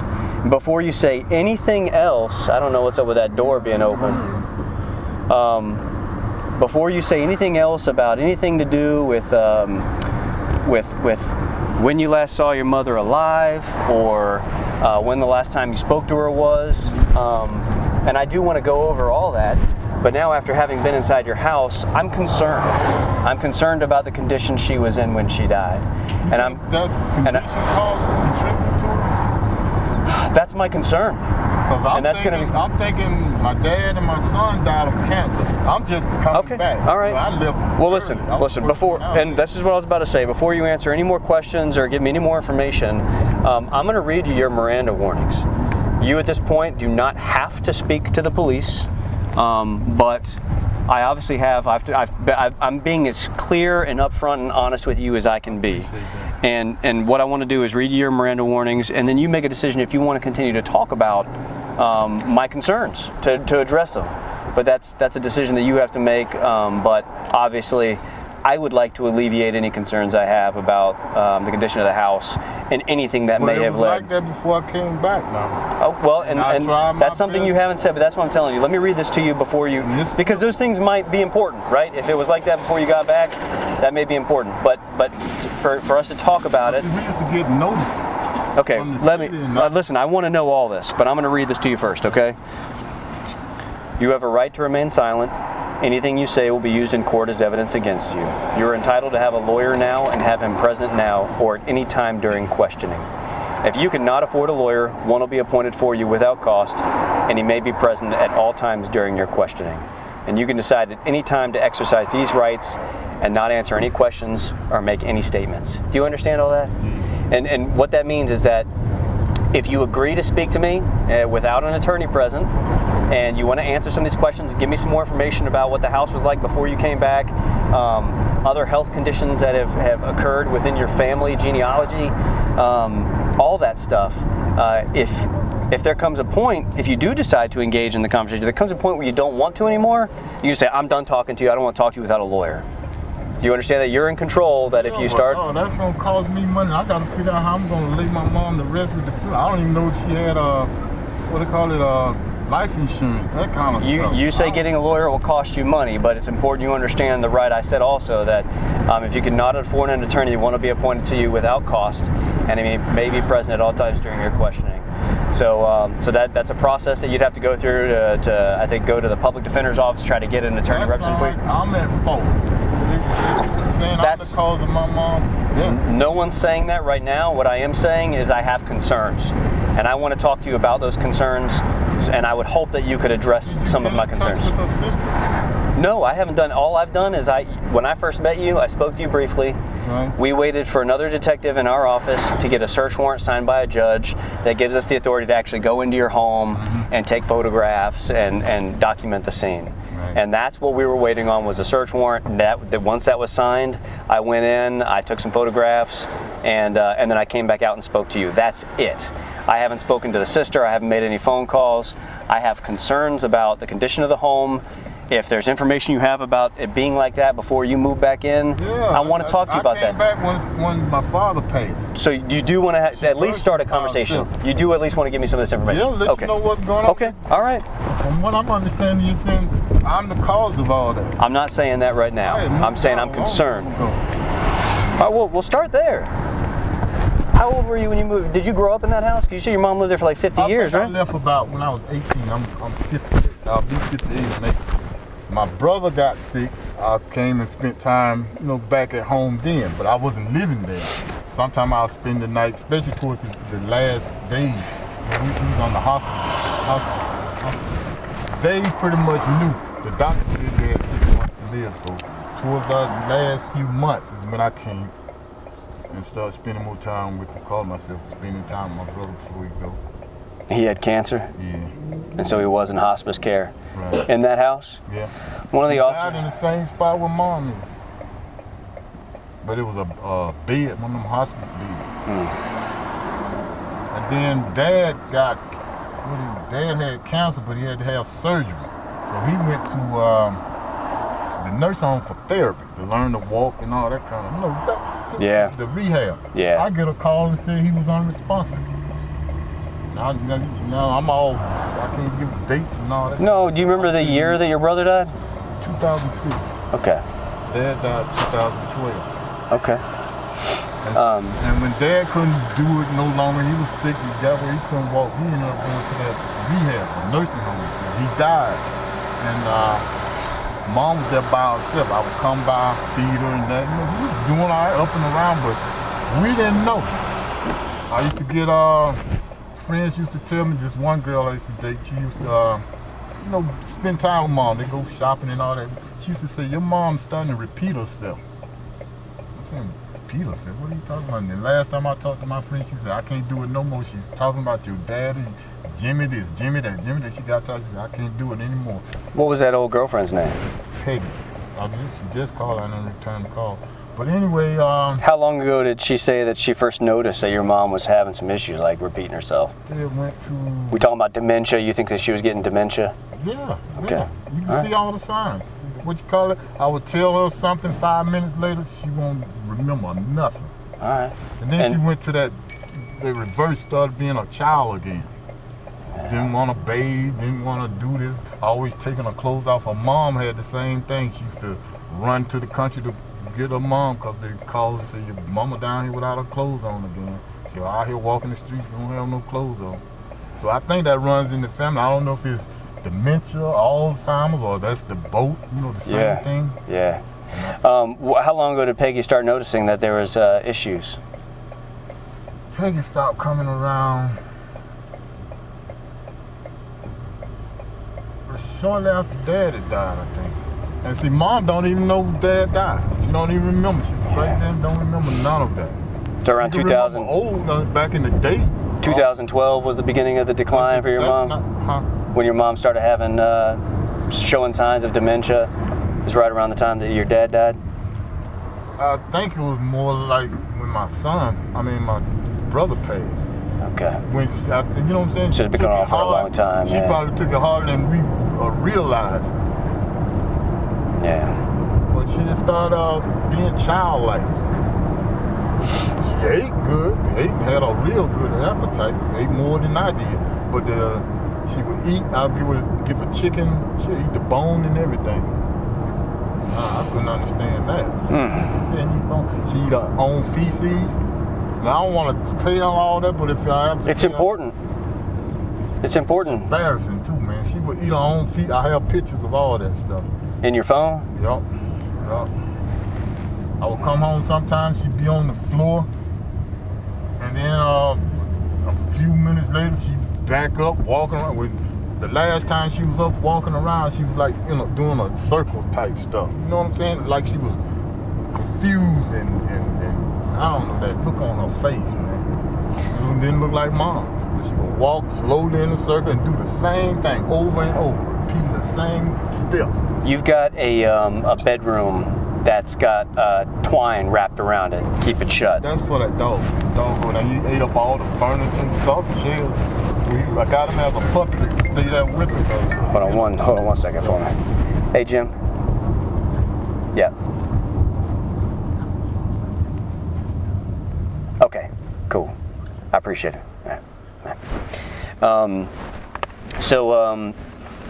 Let's keep that dog. But was that your mama's bedroom? Yeah. Okay. You see that? Now that's when she was up and everything's going right. When's the last time she slept in that bed? I had made her come up out of there, brought her to the living room, and she messed the living room with the dog, ate up all that furniture, but she was urinating. Are we talking like a couple of days ago, or are we talking months ago, a year ago? Yeah. When's the last time she slept in that bed? Generally, I mean, we talking like a year? We talking 2 years? Yeah, years. About years? Yeah. Okay. A year right after Dad passed, she was staying in that room, locked in there, playing Cash 3 and that kind of stuff. Well, why'd you move her to the living room? Because it was filthy in there. In the bedroom? Yeah. You saw the bedroom. Well, there was clothes everywhere and stuff, but honestly, I mean, droppings and paper. I don't know. It was a mess. I got up out of there. Mom, you need to come out of there. Come on up here to the living room. Okay. So she'd just been sleeping and everything there on the sofa? Yeah. Well, that's the third sofa. She done messed the other sofas up. She'll sit right there and mess on herself and don't say nothing. Okay. Urinate on. I think her kidneys might have went. You know, when you got that, your mind goes, everything else starts shutting down. Yeah. I think stuff started shutting down on her. She wouldn't keep clothes on.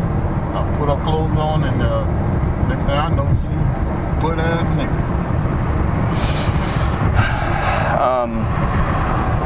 But it was rough. Me by myself, everybody passed on and left me there trying to deal with it. And she was in her own world, you know. She didn't want to put clothes on. She didn't want to bathe. How many siblings did you have? Just me and my brother. Okay. By her. All right. It was just 4 people in that house. You and your brother and your parents. Yeah. Okay. Did your mom have a regular doctor that she saw? He died. They were the same age. I tried to get her to go to another doctor. Mom, you need to go because this man here, y'all the same age, and he ended up dying before she did. Do you remember the last time that your mom saw a doctor or had a checkup or anyone come to the house and look in on her? 2 years ago, they canceled her insurance. They dropped her for some odd reason.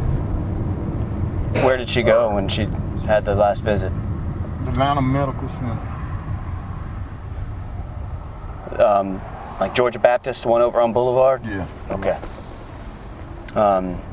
Because you know they call South Fulton now Atlanta Medical Center also. South Fulton Hospital. The one yeah. where you talking about a zoo. Yeah. Okay. And what kind of do you remember what kind of appointment that was? Was it just a general checkup or was it? Yeah. Okay. And And they said she had high blood and sugar. That was the medication they was giving her for blood pressure and sugar. okay. Was she ever diagnosed by a doctor with dementia? No? She was just showing all the signs. That's when I went to take her to get what they call it when you go want to check your brain out. A CAT scan or a EKG or a, Yeah, they were supposed to do all that. That's when I found out she had terminated her from the insurance. I said, no, ain't this. When was that? About two years ago. was that the same appointment you're talking about, Atlanta Medical? Right. Okay. That was the last time I went to the doctor when they found out she had been terminated. All right. Well, take me through like the past 12 months. What's been going on? She was up and she wasn't walking for the last, she stopped walking maybe 2 months. 2 months ago, she stopped walking ago? Yeah, She stopped walking around? Okay. But she was talking and doing everything else up until last week or so. She would spill her food. You know what I'm saying? Spill it all on her and stuff. I said, Mama, do not spill this now. Okay. She started eating. I come back, she got food all, I might go out the room because I'm still working, trying to work and deal with her all at the same time. I give her food, run in there, jump in the shower, come back out, food all on her. I'm thinking she trying to be slick and feed the dog. Because, she used to feed the dog all the time. I'm telling her, look, Mama, he's got his own food, dry dog food. I want to get him off the grain, that grain-free dog food. When he eat table food, he gets diarrhea and starts messing all on the carpet. Now, before I got the dog, she was doing all that. Messing all everywhere. She had a habit of grabbing a mess with her hand and holding it in her hand and all that. I couldn't, man.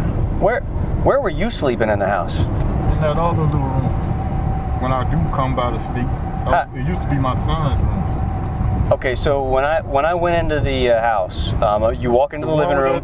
The rope on that was her room. My daddy's room was next to that.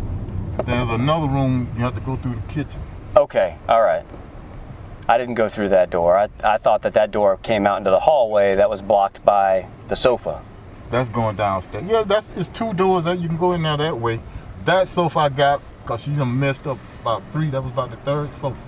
Okay. I'm talking about sitting right there and all of a sudden this right here be full of mess and she sit there and don't say nothing. Yeah. Okay, so backing up again. So for like 12 months, Mama's walking, she's talking, she's got dementia. She takes her clothes off sometimes. She messes all the time. She messes herself on the sofa, and then sometimes she'll mess on the sofa. Sometimes she'll go to the bathroom. She have any significant injuries? Any slips and falls? Break a hip or anything over the past year? I wouldn't know about that. She'll be on the floor sometimes when I come in. And did she ever complain of injuries or?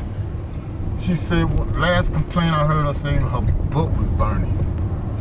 I said, yeah, you sitting in that one spot. I wonder you don't have, what did I say she had? Something.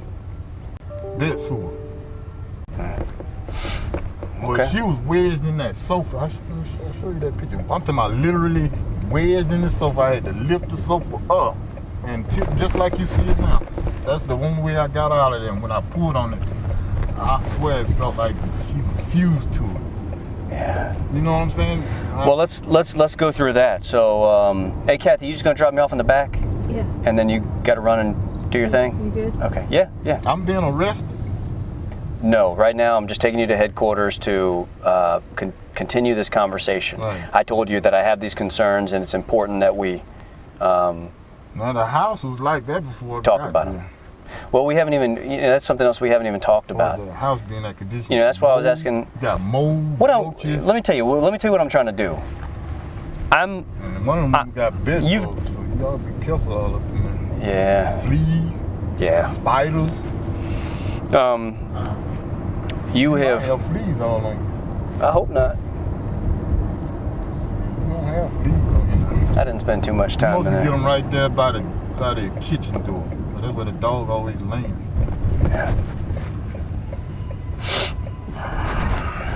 I'll send the suit straight to the cleaners.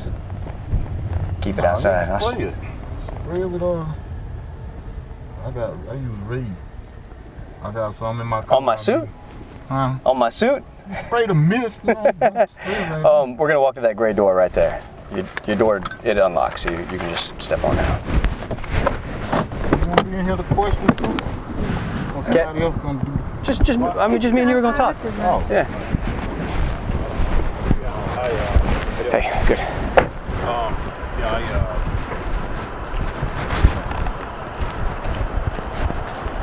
Hey, how you doing?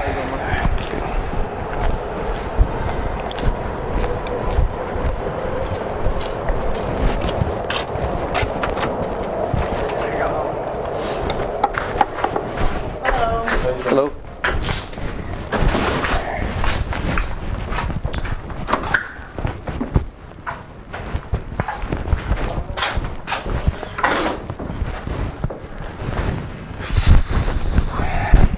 Gonna have me all paranoid now, but I think I'm good.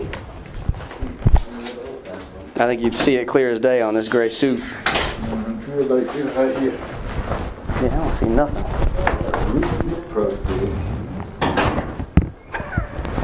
That doesn't sound too reassuring. When I get ready to walk out the door, I'm on the porch locking the door when I get in the car.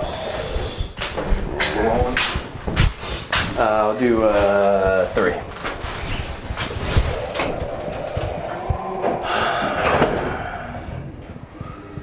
It's been rough, man.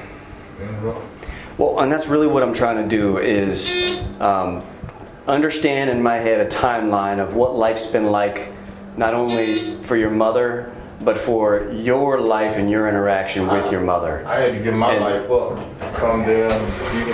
But you understand, it's important for me to know, because of the reasons I've already explained, what led to us walking into your home today and finding your mother in the condition that she was in.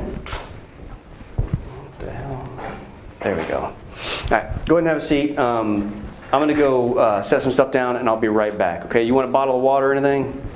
Thank you. Yeah? Okay. Do you have any pocket knives or anything on you? When we come in the front. I got a leather. Okay, yeah, I've just got to hold on to that in the meantime. Anything else? When we came in the back door, when we come in the front door, you got to go through a metal detector. So, Get rid of all the metal in my pocket. I'll tell you what. Yeah, go ahead and stand up. Just empty everything out of your pocket. Same thing they would do downstairs.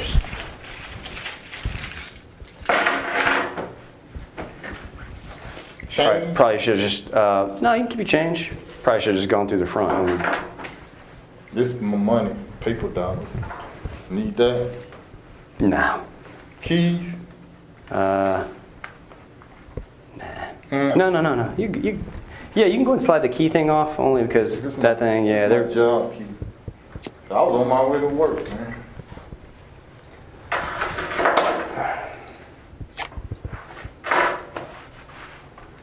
Hopefully For the Leatherman? Need it? Nah, no, that's fine. That's it. Okay, let me just go ahead and pat you down real quick.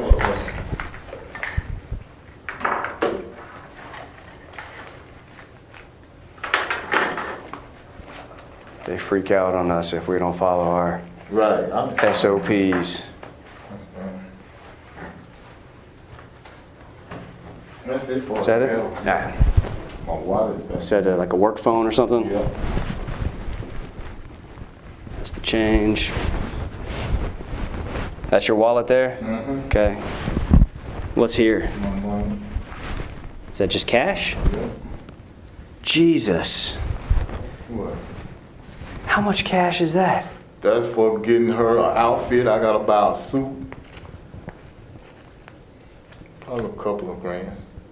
A couple of $1,000? Or right at it. Right at two. You're gonna put that back in your pocket. Yeah, I gotta buy her an outfit. I gotta get this suit. I might get my son a suit. Let's go and I might have to pay for her funeral if I can't find some kind of document that's showing that she had life insurance. Okay. That's gonna have to come out of my pocket, man. Let me go set this stuff down. I'll be back in 2 seconds. Yeah, you can put it back. It's up to you. I'll be right back.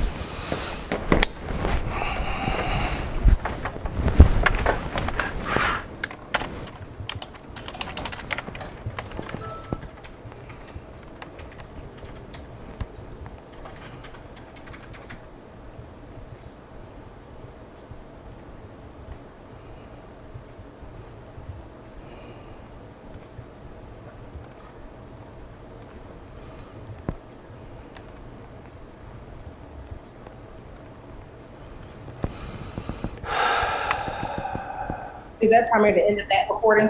It is. I leave the recording on until I've started the video recording so that there's overlap. That's all that takes place there. And then I believe I get the date and time.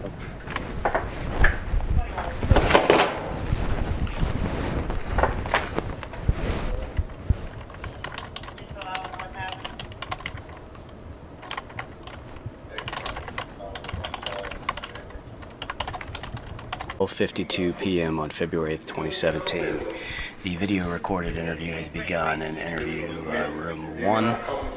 Mr. Rooks is on the telephone. And does the video pick up with him being on the telephone? It does. All right. Now, just a few things as it relates to this first part of the recording. Now, when you spoke with him about his brother who had passed away, was he able to tell you that he was around during the time where his brother was at home in hospice care? Yes. And what was he saying about where his mother was found and his brother? It's the same place that his brother died in hospice care and like a hospital style bed there in the living room. And the same place that his mother was found on the floor in her condition that same day. And then was he also able to tell you about his father and how his father was treated up until his death? Yes. And what did he tell you about that? That his father had surgery, went to a nursing home or rehabilitation facility to learn to walk again, and became unresponsive for some reason and died in the care of this nursing facility.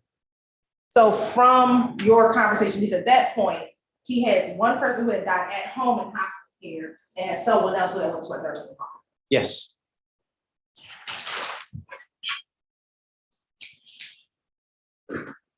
Now, at some point in the conversation, did he speak with you about his mother's inability to walk?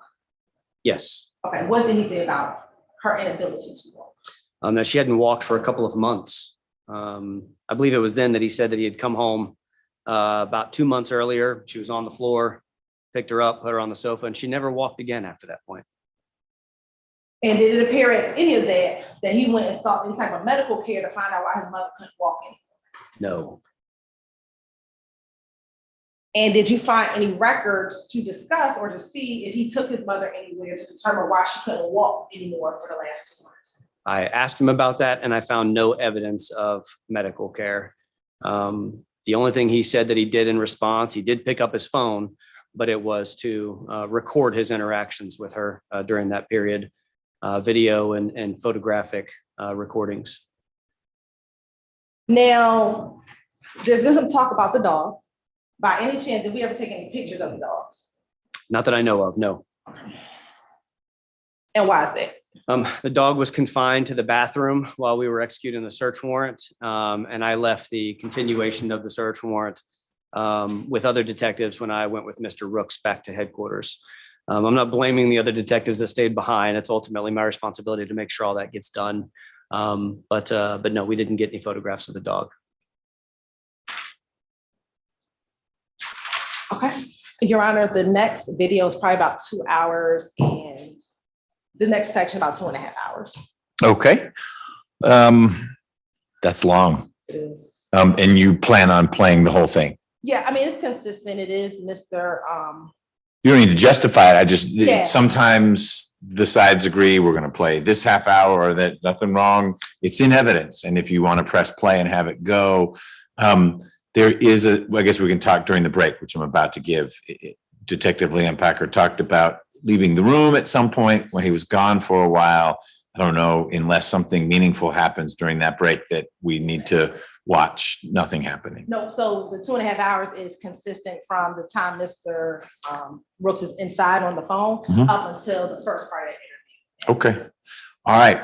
So ladies and gentlemen, a couple things. We're going to break now because you've been listening in a different way. It's active, but it's a different form because you're not actually seeing a witness move around and process things.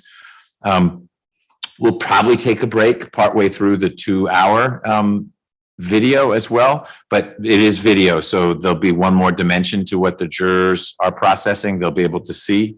Ms. Hilton, what's going on? They can hear it and see it. They'll hear it and see. Okay. We'll still take a break at some point during that interview with Mr. Rooks. So if you would please gather up your belongings. We'll make it not too long a break. Don't talk about the case, no outside research, but we'll get you back in here shortly so that we can get to the next part of Mr. Rooks' statement. Thank you.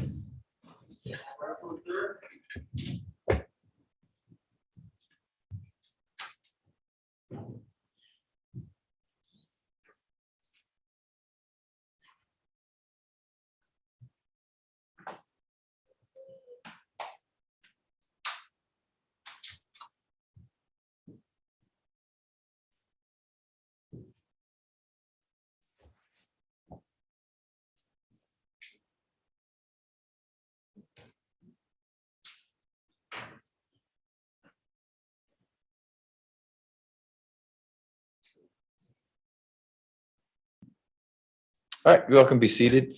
Mr. Korn,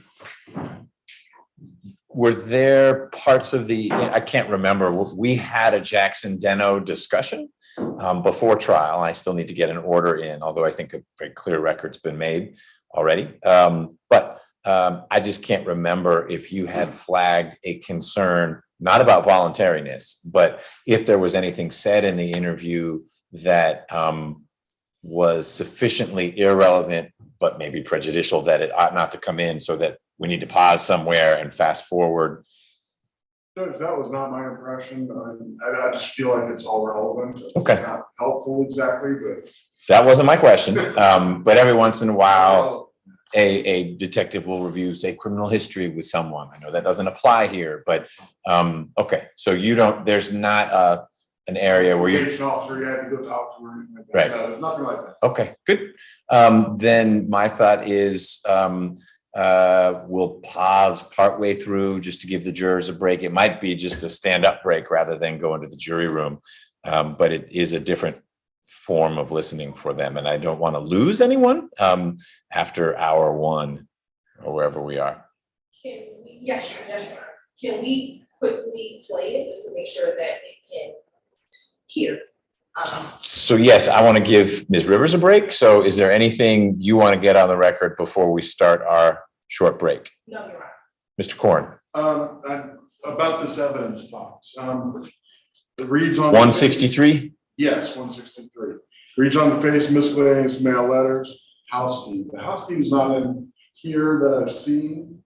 I thought it was, Your Honor, my investigator and I had went down to AP to review it. I thought it was in there, we put it back, so I'm not sure why the key's there, I don't know, we can call it the key. Well, your team should look for it during the break or during the 2-hour video. If you find it, show Mr. Korn it. Otherwise, we'll have to have it not say house key if it's not in there. Or it should say house key and you can explore, Yeah, actually, hey, it's detective. into this. Okay, sure. Well, don't do it right now because I need to close out the record before we break. Mr. Korn, anything else before we break? One other slight matter, in my discovery, I could never get the video to work. I have the audio and it works perfectly fine, but apparently did not know that until today. It picks up a little bit later. So there's this phone call. I would just like to review it before, well, maybe while we're on the break before it's played. Before the jury. How long is the phone call? I think he's on the phone with multiple people, I believe, for about 30 minutes before they come back into the room. Okay, we don't have 30 minutes, but maybe you two could talk. You could flag if you think, Ms. Hilton, that there are areas that Mr. Korn ought to be concerned about, or at least you could summarize. You don't necessarily know to whom Mr. Rooks is speaking, but he's saying my mother passed away or I'm at APD versus, I'm making this up, hide the stuff, something like that. Not that that wouldn't come in, but that might be something Mr. Korn would want to know about. Okay, so there are 3 of you. You can look for the key during playing of the video. One of you go ahead and start playing it so that you can test the audio, and then please engage with Mr. Korn. I'll come back out about 2 o'clock. And you're free to do what you need to do. Yes, sir. Thank you. So, and it's basically talking they got family and before it, I can't do it, I have to get on my so that's so what I do is we start getting something just happens the whole time, but I'll please be here. You never went in her bedroom. This is a minute. And then when I called myself trying to, I had moved her out of that gun room, brought her to the living room, and tried to straighten up. She started doing mess everywhere, and you know what I'm saying? God, dog, man. Then I bought a dog, because Rosadale stopped, you know what I'm saying, stopped doing her job. I bought a dog to be there with her. Both of them shitting all over the place. Well, it's just end up in this. 3 sofas. 3 sofas. You call and see if you know. Urinating and feces on the sofas.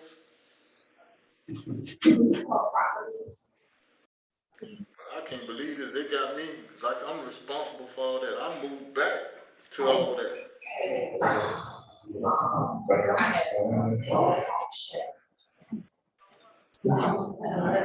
That's what I'm gonna check that every day. I'm saying I'm responsible. You know, I'm the reason that house is like that. I left. I moved out. And when Dad died, you know, I still didn't come back. And then I saw her mom couldn't take care of us. Here, come like this. Walking, wandering out, because you could tell she started wondering and stuff. But you don't remember the first time you told me she started repeating herself? Remember that? How long that's been? I can I'm trying to figure out, you know, I didn't know what it was, but a youth one that brought it to my attention and said, I need to check her out, but she started. And then when she blamed, you know what I'm saying, blamed everything on Derek. Something was going on in her head. And what they call it, dementia or Alzheimer's, something. Started getting young again, didn't want a baby. Yeah, I'm responsible. How in the world? I'm there trying to help her, keep her, and then I get Him and I. Like that when she was up and around. When she was all hung up, remember I told you she caught up in that class 3, she forgot about hygiene and taking care of herself, taking care of the house. She stayed back there doing them darn workouts, and her room is a mess. So when I came, I pulled out the room, brought her to the living room. And she was messing up the house, and now they saying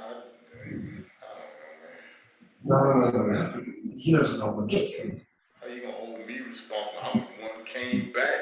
No, I left that house a long time ago. And I came back because she wasn't doing too good. Came back and now they gonna say I'm responsible. I gave up my bedroom, everything. Gave my bedroom up to Dad. Dad took over my bedroom. And then I was staying in the county room. The house is so messed up. You got roaches and spiders and mold. The dog produced fleas. And what else we got? Think bed bugs. Because they like that clutter stuff.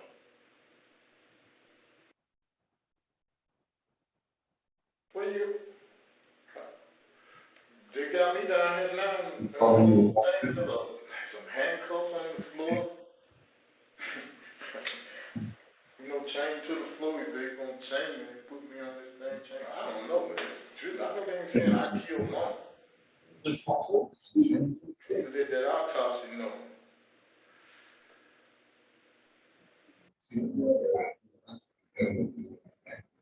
Last time I talked, I ain't talked to her. 9 o'clock today. She was snoring. You see, here's the thing. They're going to show you get you. It's very nothing. You just say you are. Leave them alone, don't bother them. And Saturday, I had a weird job at the sofa. She done sunk down in between. You know what I'm talking about? Literally stuck in the sofa. So long as you can't lay down and eat, you gotta sit up and eat. We used to do that all the time. Sit up and eat, mom. So Friday, when I got off work, she said, "There go my son." I thought everything was good. Okay. Saturday is when I pulled out that sofa. Felt like she was fused to it. So I pulled out the sofa and laid her right there and left the sofa tilted up. I don't know, man. I think her and that dog were getting on each other's nerves because it looked like one was teaching the other. You know what I'm saying? The dog shitting, he got that shitting from her. She shit right there. The dog said, "Here, I shit right here too." She feed him table food and the dog had a run. Give him the diarrhea. And now they're saying it's my fault. I just came back. Didn't want to come back, but by that being mom and she couldn't do by herself. So someone promised Dad that I'll feed her. I'll come down. She was in her own world, never wanted to wash. And just gave up my life and look at this now. I'm responsible. Man, that place was like that before I got there. You know that house when you know how that damn house was. Y'all used to hang together. Oh yeah, go to Osadale's house. It's the same way. I don't know why they don't throw away none of this pack rats. So everything is all cluttered.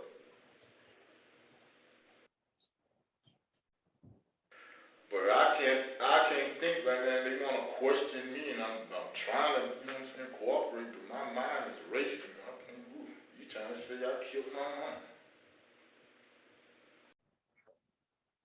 Yeah, that was my fault. You remember when they kicked it? They terminated us and they said, "You at work?" I'm sorry. Are you at work? Are you at work?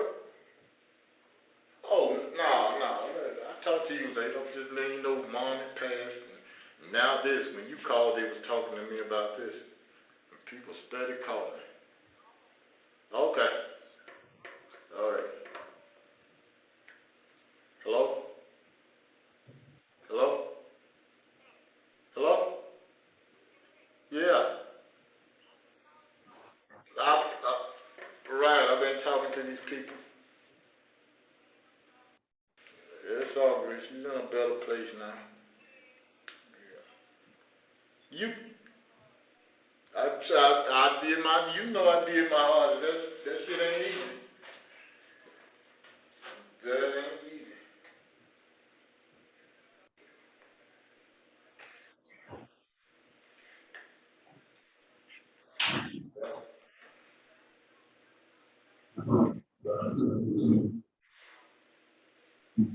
Other people been calling left and right. I guess, I don't know. I gotta see what's going on. Nah, you good, you good.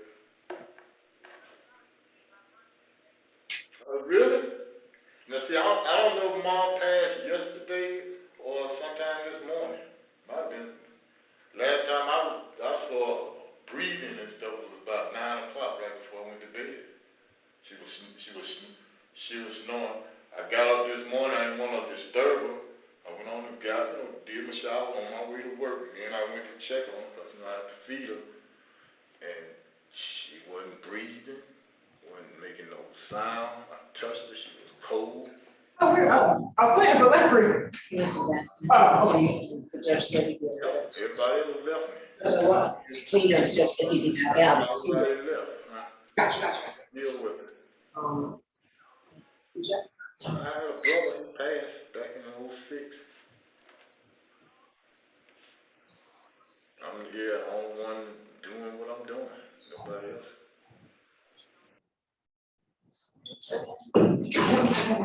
Okay. But look, I'm down here being questioned. Me, I'm down here now in my house shoes. Down here, somebody broke me. I'm being questioned. I guess they're trying to say due to her condition and the condition of the house and all that. I just moved back to take care of it. I wouldn't leave it there like that.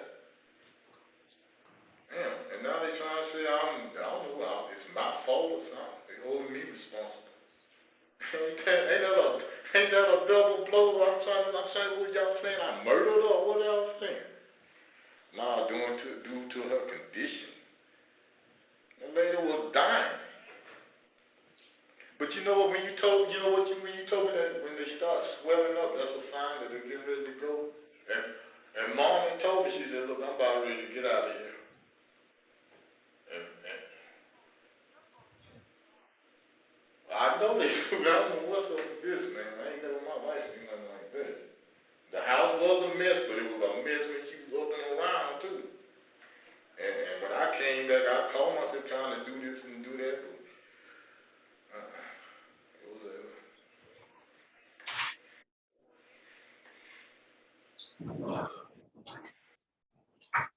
yeah, I appreciate that. But don't ever say I'm responsible for that. Come on now.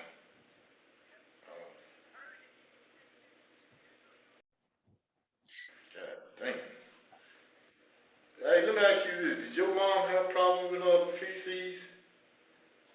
Feces shitting all over the place.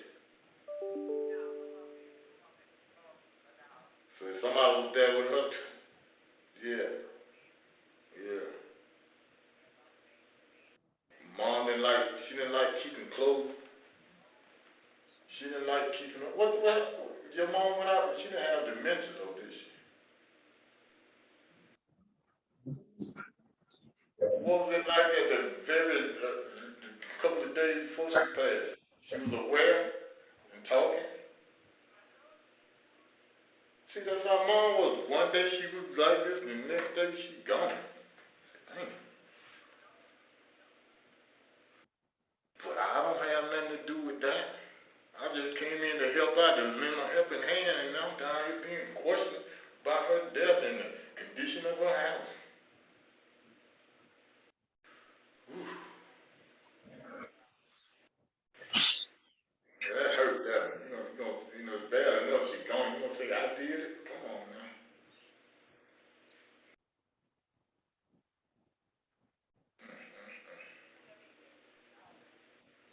Okay then. Look, I'm in this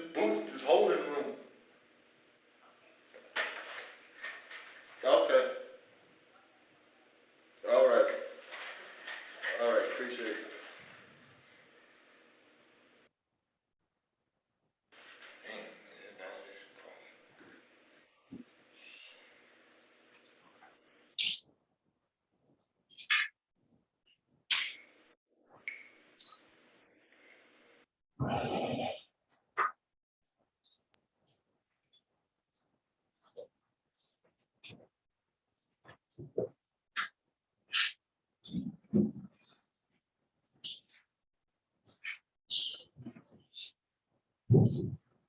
That's what you're driving.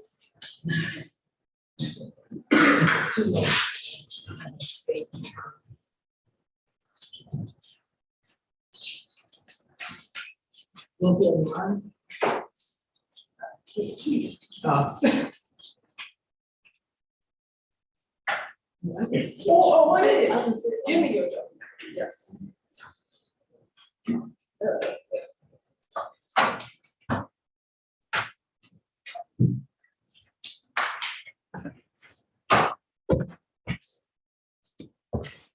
Forgot we're picking a jury next Monday. No rest. This was position 1 on that calendar, though. You guys are off the hook. I had an attorney call to find out the status of that case, and I said, well, we're not number 1 anymore.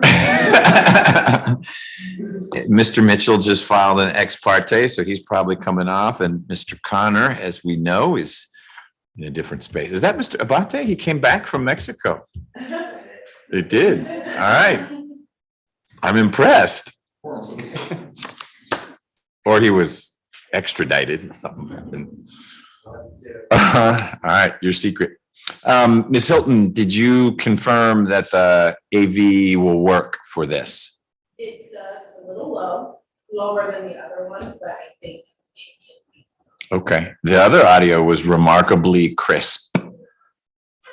Especially the detective's breathing as he was walking down the hall.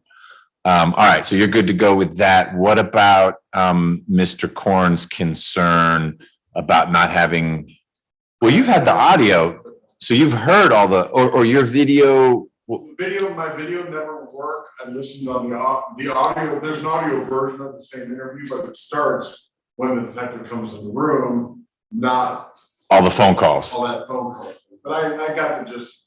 Okay. But be quick on the buzzer. If there's something that happens, we can always stop it and work through it. But I'm sure you have, because it's not interactive, i.e. anything elicited by the detective. I think it would have to be a pretty special buzzer press that you made that would keep it out. Okay. All right. Ms. Hilton, are you ready for the jury?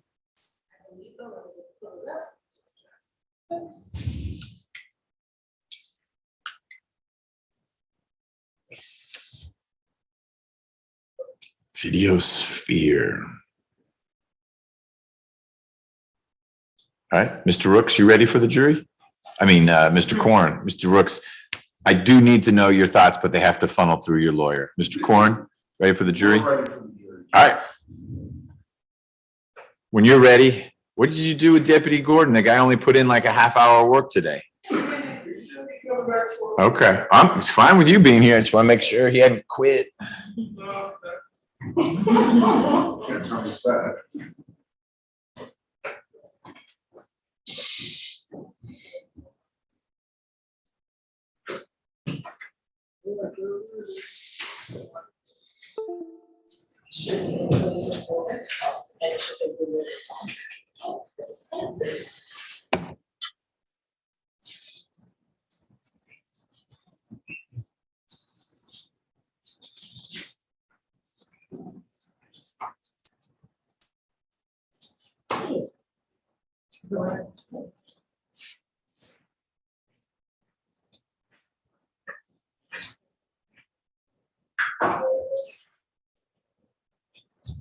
Before they come out, they go, I don't know what y'all are giving them water. Yes, I know where it is. So yes, we do supply water. They're parched. Okay. Yes. Hold on.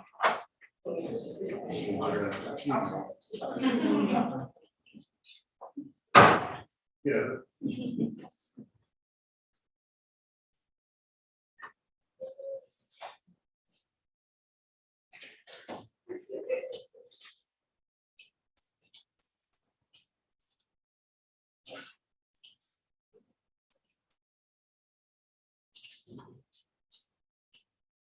I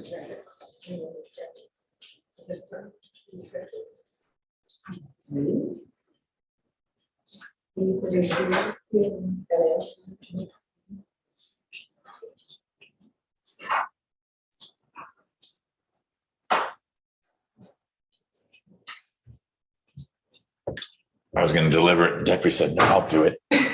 He gets credit. Not from his budget.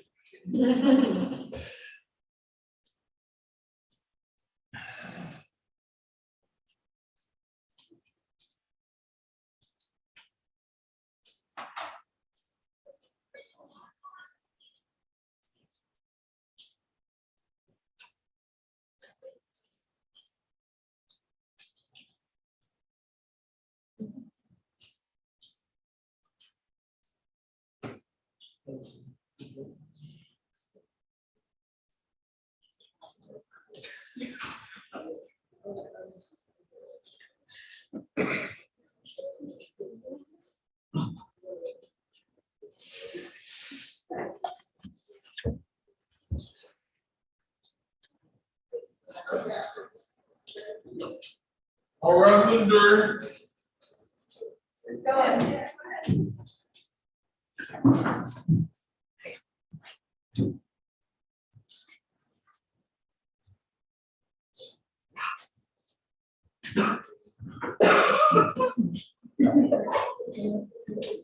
Uh-oh.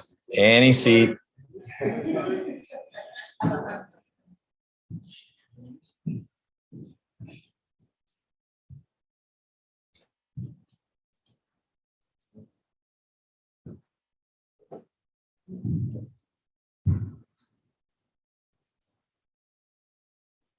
All jurors present and accounted for. Thank you, sir. You all can be seated. Couple things. One, I noticed a juror waving the cards around. You may want to have cards with you because you want to keep track of questions that you have. Detective Leanne Packer's been on the stand for a while. Number two, I apologize if you got parched. We were not depriving you of water to try to keep you alert. Just let us know if you're out of coffee, accoutrement, or water. There's more where that came from. Now, if you start asking for hint or like fussy water that's flavored, that's on you. We have good old plain water. That's what we're able to provide. We are continuing with Detective Leanne Packer's testimony. He remains under oath, and I think the state was about to start the video portion of Mr. Rooks's interactions with Detective Leanne Packer. This is a different set of equipment being used to record, and I've been told the audio may be a little less clear than what you heard from the first two segments. So give it a listen. I think we have it as high as it can go, but let us know, and we'll see if we can do something different if it is not audible to you. All right, Ms. Hilton, when you're ready. It was after Daddy died or before? Right, that's what I told him. I said, you used to be over there, come by. But you never went in her bedroom. It's a mess. And then when I called myself trying, I had moved her out of that dining room, brought her to the living room, and tried to straighten up. She started throwing mess everywhere, and you know what I'm saying? I got a dog, man. Oof. Then I bought a dog, because Rosa there stopped, you know what I'm saying, stopped doing her job. I bought a dog to be there with her. Both of them shitting all over the place. But Marlon went through 3 sofas. Can you believe that? 3 sofas. I'm talking about urinating and feces shitting on the sofas. But I can't believe this. They got me like I'm responsible for all that. I moved back to all that.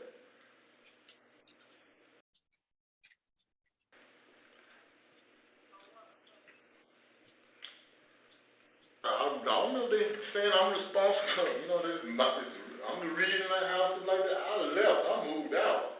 And when Dad died, you know, I still didn't come back. And then I saw her mom couldn't take care of her. Said the babies ain't want her walking, wandering out, because you could tell she started wandering and stuff. But you don't remember the first time you told me she started repeating herself? You remember that? How long that's been? A couple of years? Well, I'm trying to figure out, I didn't know what was what, but you was the one that brought it to my attention and said, I need to check her out, but she's starting to repeat herself. And then when she blamed, blaming everything on Daddy wasn't even there. So that's when I knew something was going on in her head. And what they call it, dementia or Alzheimer's, something like that. She started getting young again, didn't want a baby. I can't believe it. And now I'm responsible. How in the world? I'm there trying to help her, keep her, and then I'm responsible for that. It was like that when she was up and around. When she was all hung up, remember I told you she caught up in that Cat 3. She forgot about hygiene and taking care of herself, taking care of the house. She stayed back there doing them darn workouts, and her room is a mess. So when I came, I pulled her out the room, brought her to the living room. And she was messing up the house, and now they saying, I don't know, man. Holding me. How you gonna hold me responsible? I'm the one who came back. Now, I left that house a long time ago. Got the hell on. And I came back because she wasn't doing too good. Came back and now they're gonna say I'm responsible. I gave up my bedroom, everything. Gave my bedroom up to Dad. Dad took over my bedroom. And then I was staying in the camera room. The house is so messed up. You got roaches and spiders and mold. The dog produced fleas. And what else we got? I think bed bugs. Because they like that clutter stuff.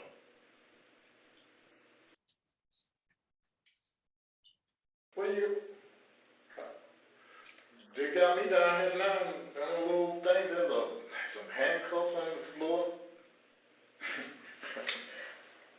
Chain to the floor. If they're going to chain me, they put me on this thing chain. I don't know, man. I know they ain't saying I killed Mama. You need to let that autopsy know.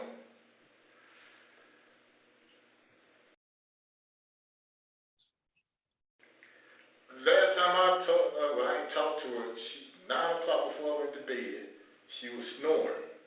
She was sleeping real good, snoring. But the last 2 days, she was snoring. And from Allison's experience, hospital, they told me they're going through that transition stage. So, you leave them alone, don't bother them. And Saturday, I had to wedge her out the sofa. She done sunk down in between the sofas. You know what I'm talking about? Literally stuck in the sofa. I used to tell her, Mom, you can't lay down and eat. You gotta sit up and eat. I used to do that all the time. Sit up and eat, Mom. So Friday,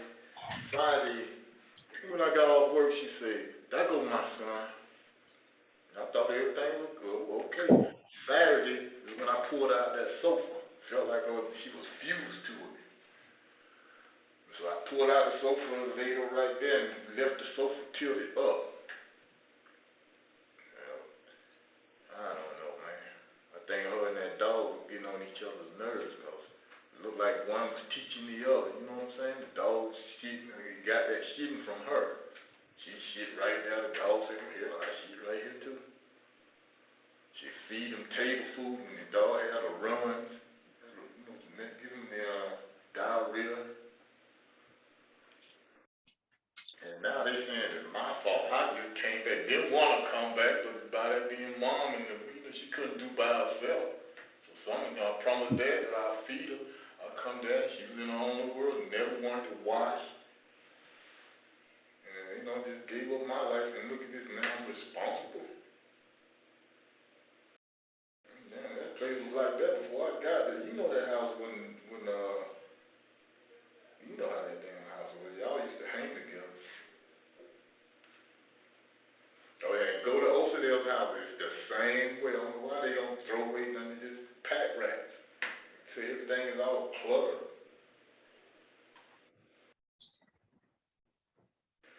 But I can't think right now. They want to question me, and I'm trying to, cooperate, but my mind is racing.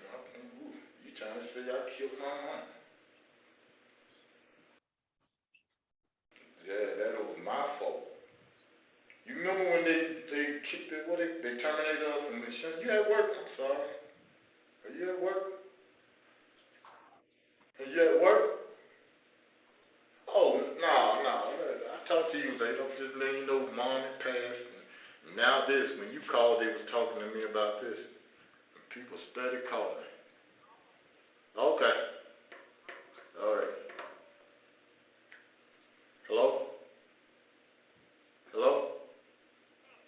Hello? Yeah. Right, I've been talking to these people. It's all right. She's in a better place now. Yeah. I did I did my hardest. That shit ain't easy.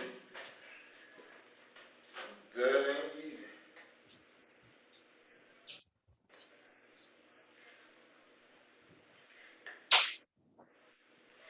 Yeah.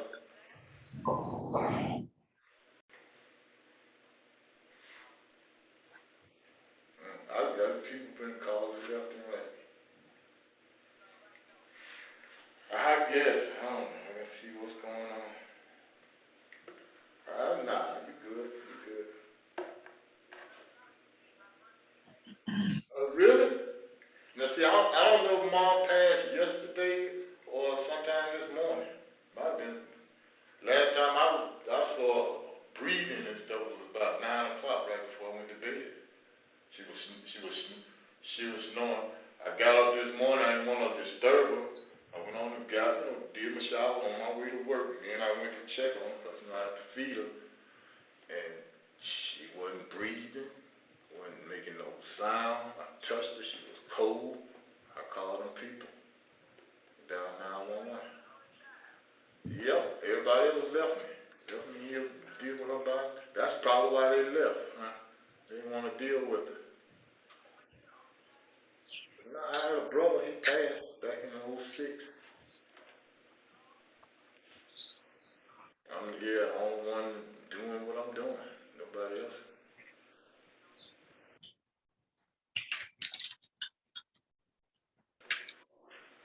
But look, I'm down here being questioned.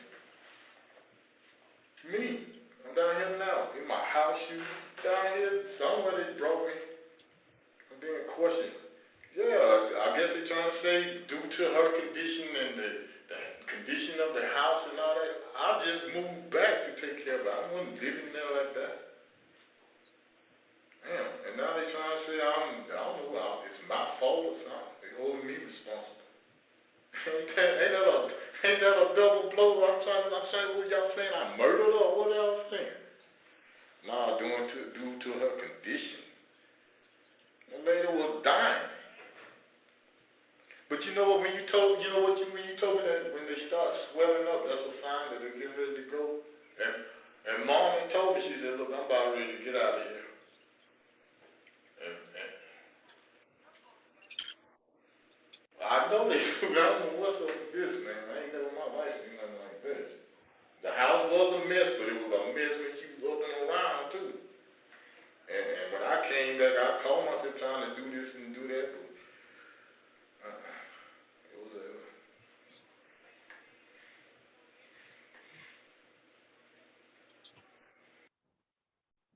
Yeah, I appreciate that. But don't ever say I'm responsible for that. Come on now.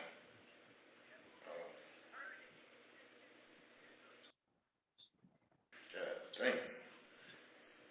Hey, let me ask you this. Did your mom have a problem with feces? Feces shitting all over the place. So if somebody was there with her too. Yeah. Mom she didn't like keeping clothes. She didn't like keeping up. What? Your mom went out, she didn't have dementia though, did she? What was it like at the couple of days before she passed? She was aware and talking? See, that's how mom was. One day she was like this, and the next day she gone. Dang.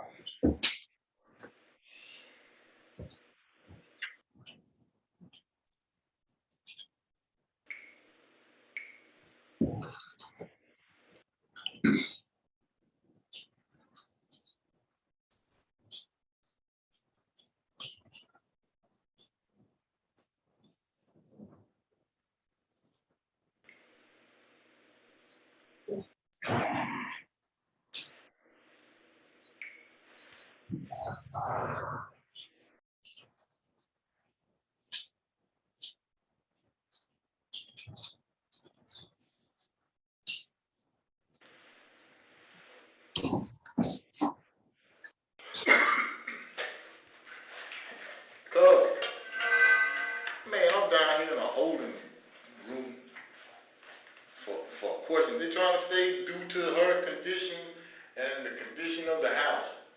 I'm responsible for that. I gave up my life to come there to make sure, you know what I'm saying? And I'm down here being questioned about it. Cause you know the house was a mess, but it was like that before I even moved back in here. I think that's what took my dad and Allison out. The mold, that's what Dad always says, smell like mold in the house. And that might have been that cancer causing that. But I'm down here now. I ain't even got my shoes on. They made me come down here with my house shoes. The house is still open. They had to go get a search warrant to come in and check it. Oh, God, dog, man. Man, mom passed and they gonna say I did it. What kind of mess is that?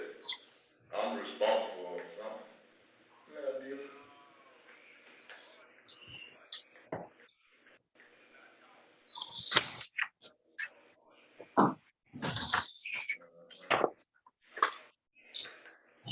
What about, I can't afford no what you call it now? I might have to pay for mom's funeral out of my damn pocket. If she don't have no what you call it. Man. That's what I'm saying. I moved back and all this, man. Damn. Mom used to say, you keeping me alive. You keeping me alive. But damn, you gotta help clean up too, but she didn't do that. I told you she went back to her childhood days, didn't want to bathe. She didn't want to clean up, making a mess. I had to clean up the house, then go to work, get her food ready and go to work. Right. And look, they at the house now, cuz. They brought me down here in my house shoes. I ain't even got my coat. Brought me down here in my damn house shoes. I left them a key in case they leave, they could leave locked up, but damn, I ain't even fed the dog. And he ain't about to tear the damn door down.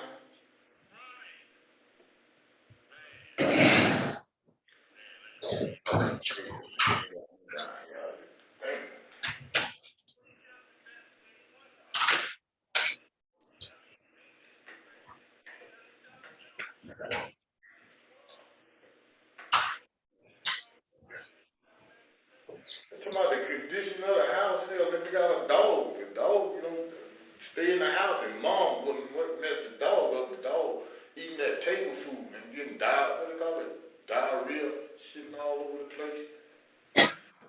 But he got that from her, because mom before I got the dog, mom was around shitting all over the damn place, man. She either shit in the living room or she would go to the bathroom, but I'm saying, you can go to the bathroom, why are you shitting right here?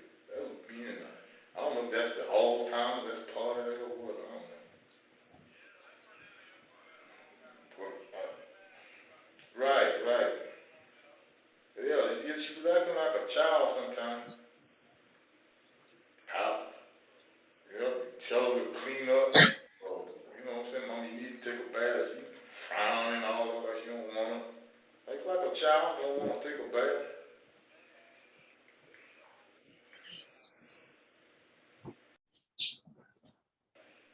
But they can go over to Osadale's house right now, and it's the same exact way.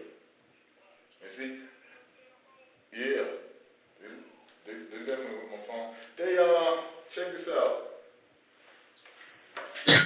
Yeah, I said they can go over to Osadale's house and find it the same damn way, but that's the reason I moved Mom out of her room. When I came over there, she was there, I said, no, you can't deal like this. You got to come up out of here. 3 sofas, cuz. I messed up 3 sofas. Shitting and pissing right there and they saying that this shit right there ain't all day while I'm at work. You sitting in your own feces and playing with your feces. I hate to say that. They say they're gonna question. I hate to bring that up. That's something I wanted to keep to myself. But damn, she was eating feces, playing with feces. You have it in her hand. I'm like, what you holding, mom? Be feces. Also, they'll know that.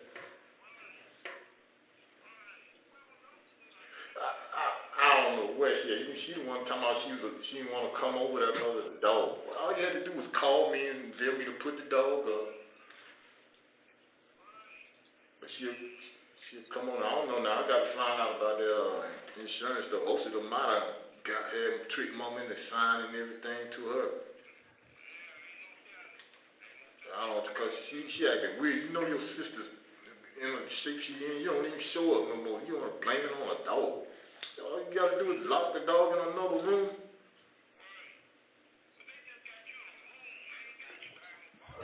I'm in a room.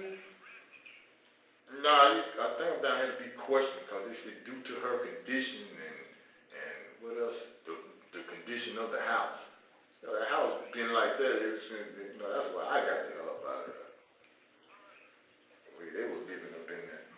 See, mom there by herself, that's why I gave up my life to come back. I made a promise there that I'll feed her and all that and take care of her. Look, cause they got some handcuffs on the floor, chained to this floor. Man, where am I?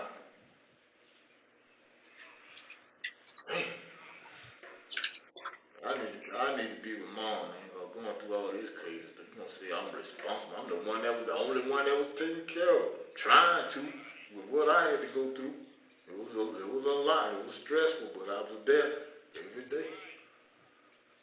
That's why I used to tell y'all I didn't want to go too far. When y'all want to go places, I didn't want to go too far. And see, mom had told me she was about ready to go, so I knew it was near. She had started swelling up. I learned that from hospitals when they were dealing with Allison. You know the signs when they close, near death. When a person is near death, you just want to make them comfortable.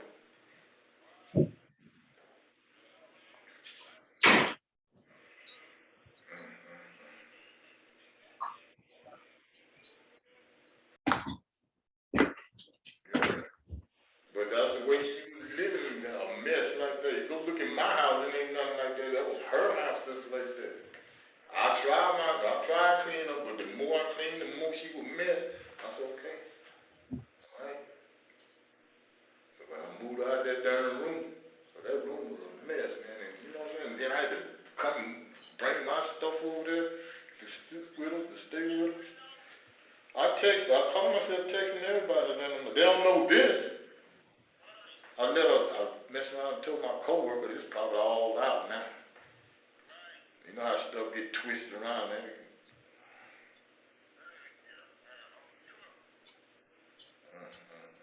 I should have called them folks last night while mom was still alive, man. But I don't see what difference it made. She was about to go, she was preparing for death. She even told me that. Well, I'll be the first to tell you that house was a mess. I think when I told her, I said, y'all excuse the house. But I'm not no maid and all that. I tried to do those repairs on it, when the house was leaking like that. I tried to do all that plumbing, so she didn't have to spend a whole lot of money.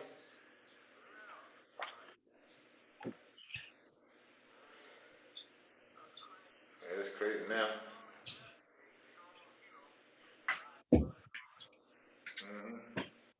Now they asked me about did she break her hip. Now I don't know.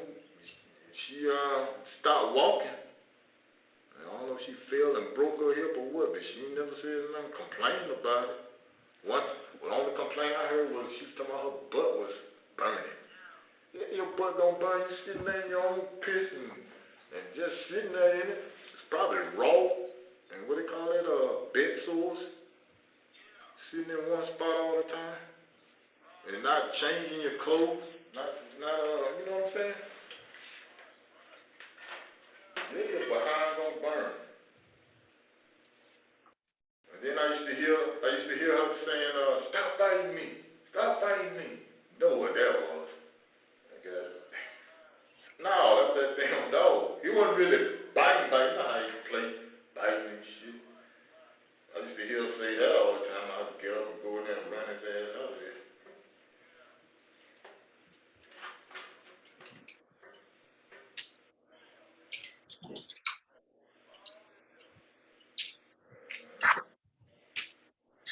Yep, Saturday before that game, I had to get out the damn sofa, man. I'm talking about she was literally wedged in the sofa. And I think it was stopping her circulation or something. But when I saw that she was stuck in that sofa, man, I flipped that sofa and pulled her out of there and felt like when I pulled her damn skin, like she was fused to that shit, like she became part of the furniture. Oof. Man.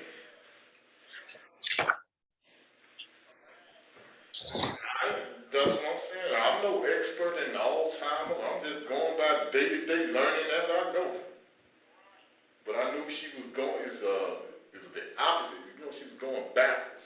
Like you say, the childhood thing.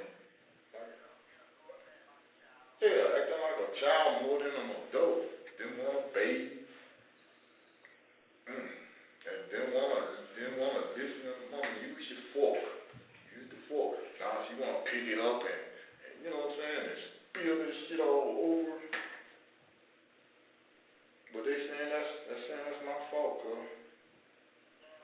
Goddamn, I'm the one that moved back to goddamn make sure, and then I go through this.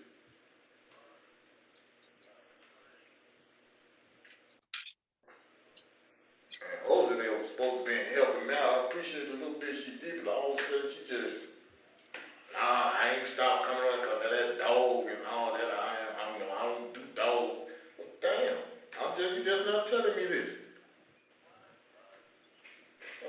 I could have been locked them up. Cuz I gotta go, man. Okay.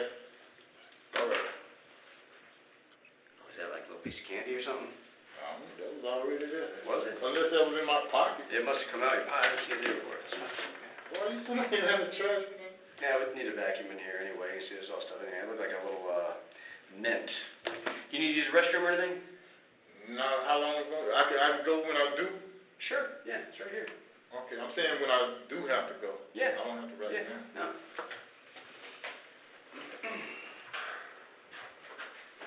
The lights are dim in here. That one's not working. Grab myself a water too. Thank you. Okay, so again, I told you that my biggest concern was trying to create a timeline of how we ended up here. And where we kind of left off was you left the house when you were about 18 years old. Right. You came back around the time that your brother was. And then I came back with Dad. Right. So that was 2006 and 2012. Right. Your ex-girlfriend Peggy. I just got off the phone with her too. Okay. Yeah, that was around. She said that was about 2 years. When she was telling me she started. 2 years ago from today. I mean, so we're talking like today, and it's now 2017, so it's not like 2015 is when she first started realizing that? No. Because originally you said it was around the time that you're, roughly around the time, I'm not asking. When Dad passed. Okay. Around that time, 2012. 2012, okay. All right. And she said that she had started repeating herself. That's what brought my attention. She said, you need to check your mom because she's starting to repeat herself. I don't know nothing about Alzheimer's, dementia, and all that. Right. I can only go back and see. She used to be the one that spent time with her, take her on trips, go shopping and all that. So I feel good about that. At least mom got somebody.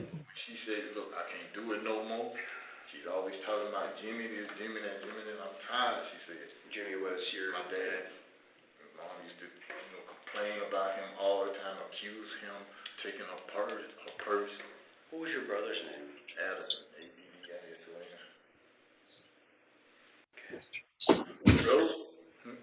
Those two people, my aunt and Peggy, will tell you about all this was going on before I got there.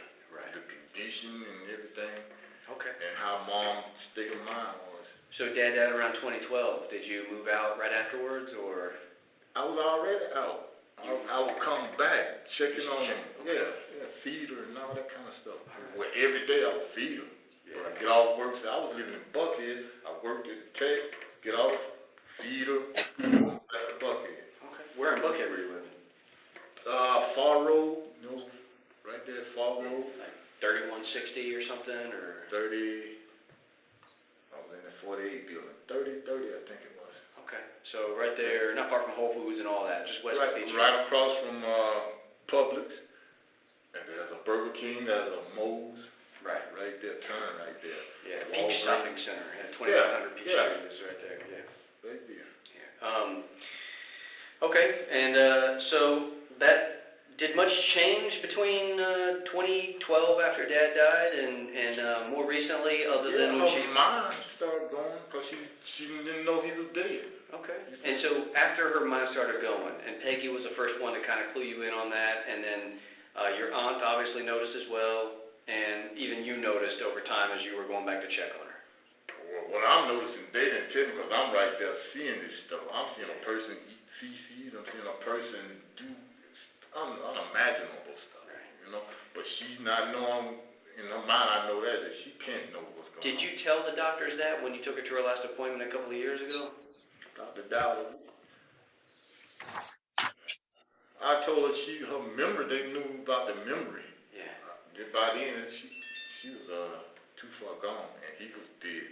The stuff that I'm starting to see, the feces, and he don't know about her eating feces and that kind of stuff. So she was already doing that stuff. Looking back, I used to see her like this all the time. Her hands like that all the time. I'm talking about as a child, I never knew what was going on.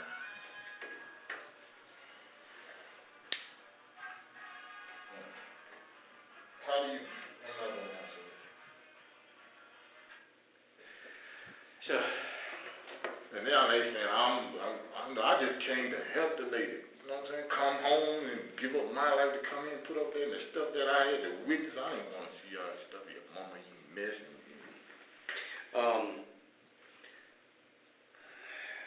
But for those 8 hours when I'm at work, who knows what was going on? Okay. And then with that dog there, that's why I put the dog there so nobody come in on her, break in the house and all that kind of stuff. So got a little dog. How long ago was that? Like a year ago? Because I heard the puppy's about a year old. No, the dog about two, a little over 2. 2 years? Okay, so it was about 2 years ago you got the dog? Yeah. Okay. Yeah, it sounded big. It didn't sound like a puppy. He's still young, man. He's still young. I didn't open the door. It was pounding against the door when I was in there. Yeah, I've been tearing that door up because he's chewing up, you know, the petite and chewing up all the furniture and all that. Okay. So, tell me again, what caused you to move back in? She was by herself. But she'd been by herself for years. But things have gotten worse. You see what I'm saying? You see the house? Yeah. I call myself straighten up. The more I stand up, the more she'll mess up. But I'm looking now, she didn't know what was going on. So who messed up the house? The dog ate up the furniture and messed, but the dog, she was doing that before the dog. See what I'm saying? Messing all over the place. Like defecating. Yeah. On the sofa and hold it in her hand, and then when she turn the light on, you see feces on the wall and that kind of stuff. And that had been going on for a while. You said shortly after that started. And then you said a couple of months ago, she stopped walking. Right. Was there something that prompted that? You came over one day and she was on the floor and she had fallen or something? She'd been on the floor a couple of times. I come over, she'd be on the floor. Do you think she broke her hip and that's why she stopped walking? She didn't say nothing. She only said her butt was burning. Okay. But there was one day you came. Her hip broke? No, I don't know. I know that older people sometimes fall and their bones get brittle. She'll fall and say, my head hurt. You know, I thought, that carpet's kind of thick, so I hear a boom. I jump up, she on the floor. Yeah. Sometimes she be sitting in the chair and nah, Mom, you need to get up and go to bed now. Boom. Wake up. But there was one day you came home. The last time she walked was like 2 months ago or something. About 2 months. The last time I've seen her walk. Yeah, and then when the last time she walked, did you come home and she's on the floor or something like that? Yeah. Okay, so then you see her on the floor and she never walked again after that? Nope. Okay. I put her on the sofa. How did she get to the bathroom? Right there where she sits. So there was no one there to try to help her get to Even the when she was walking, right there where she sits. Sometimes she'll do it right there. Sometimes she'll get up and go to the bathroom. Be different times. She sit right there. I tell her, Mama, the bathroom is right there. How you can go to the bathroom? She'll sit right there. Change your clothes. She'll come right out of it. What kinds of things did she eat? She ate good. They like I ate vegetables. Now, I saw you had food in the fridge. I mean, that's her stuff. I would stop by and get her a couple of plates so I don't have to get up and cook and do all that. Because when I get up, I'm like rushing out the house. I had to get up early so I could deal with her because she want to be stubborn sometimes. Mama, you got to sit up to eat now. She want to lay down and eat all the time. I give her soup. You cannot sit down, lay down and eat soup now. Give her the soup. Get up, I have to pull her up. She sit up and she start eating her soup. She got in the habit of doing it like this. And she's feeling this stuff. I said, Mama, use your spoon. Use your spoon. I was getting to the point where I was going to have to juice her food and put it in a bottle and do it like that. yeah. But I didn't get a chance to do that, man. I tried, man. By myself. But don't hold me up. A couple of months ago, she stops walking. You're working every day, going to tech. What's your, you have normal off days, or do they rotate? Off on the weekend. Off on the way. Okay, so Monday through Friday, you're gone for most of the day. Is it, For 8 hours, she's there by herself. okay. I always come back because I got to feed her. As soon as I get off work, clock out, hit straight to the So house. you feed her in the morning, Right. and then you go and you come back and feed her at night. Leave her snacks like that for lunch, but she'll eat all that right then before I walk out the door. Okay. I think she's forgetting she ate or something. There was an orange lying next to her. Those are her snacks. That's something you left for her? When did you leave the orange there? Most of them will be all around on the sofa. Okay. And when I saw, you saw the picture, didn't you? She was wedged in that sofa. I had to do that. First I tried to pick her up. I couldn't get her, but she was like she was stuck. So I had to tilt the thing over. She was like this, and then I come around and pull on out. Yeah. And leave her right there on the floor. But that's when I would give her fruits. You know, that's to snack on, to hold her till I get home at 4:30 to feed her dinner. So I witnessed her eating breakfast and dinner. Snacks, I don't know if she gave it to the dog or she sat there and ate. Sometimes she'd be eating on it. She liked apples and oranges. I gave her the oranges to keep her from getting sick, keep the pneumonia, keep her from getting that pneumonia and stuff. That's the wrong phone. Did I show you that? Not yet. I'll tell you what, we can look in a minute. Okay. Yeah, you I'm sure? gonna show. I got another Yeah. picture on here. I wasn't gonna show nobody the way she eating feces. Yeah. So take me through an average month. Who pays the light bill? Who pays for the water? I paid all that. Okay. And she worked for the Board of Education, I understand. Right. For how long? Retired.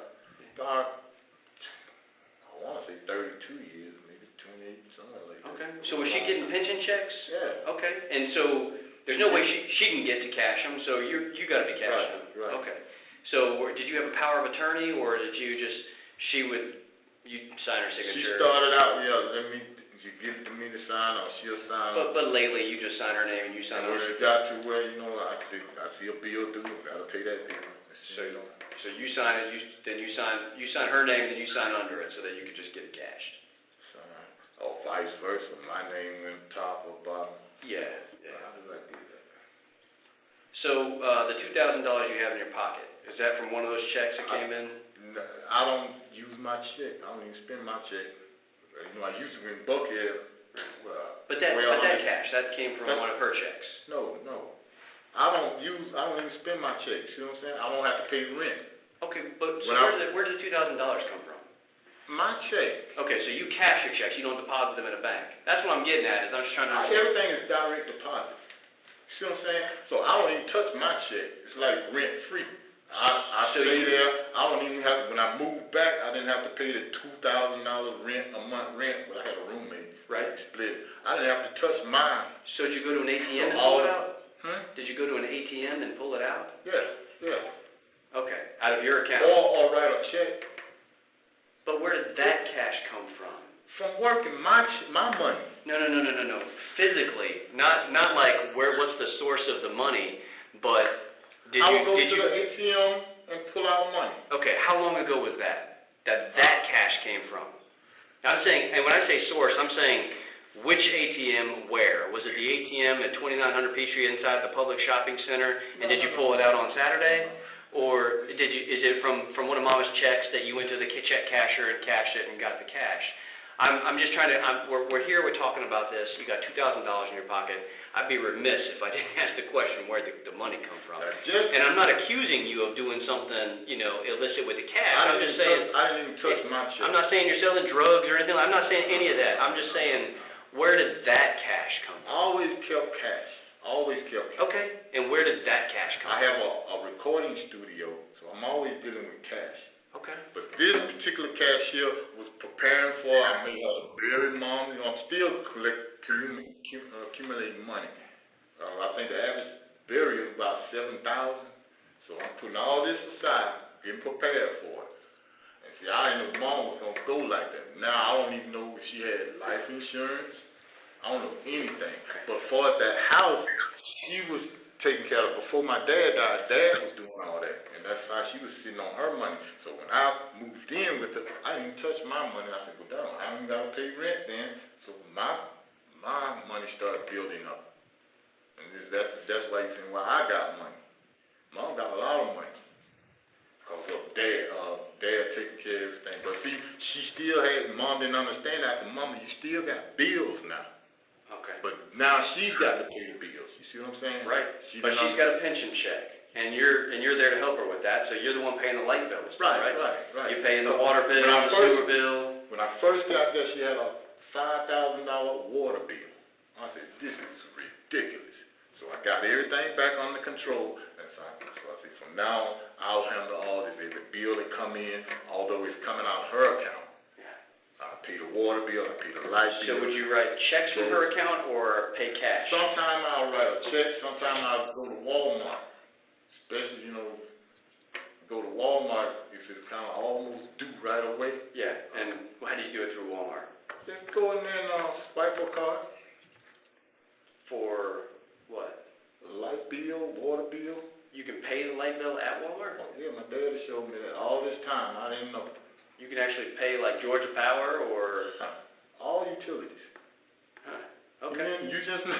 I assume you had to mail a check or pay online for the utility itself. Dad told me, well, he had a bill to pay. He told me to go to Walmart. That's when he couldn't walk anymore. He said, yeah, if I need to pay this bill, go to Walmart and pay this thing. So you would, but those are the only two ways I paid. Either by check, I think I might have paid online a couple of times, but by check or go to Walmart in person. Okay, and the checks would come from your account or her account? Anything dealing with the house was mostly hers. Her account, okay. Right. All right.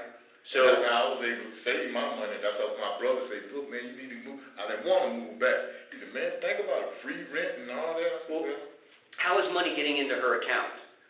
Direct deposit. So they're not mailing checks? No. They're direct depositing it. Right. So if you needed to pull cash out to pay for bills or whatever, then you would write yourself a check from her account.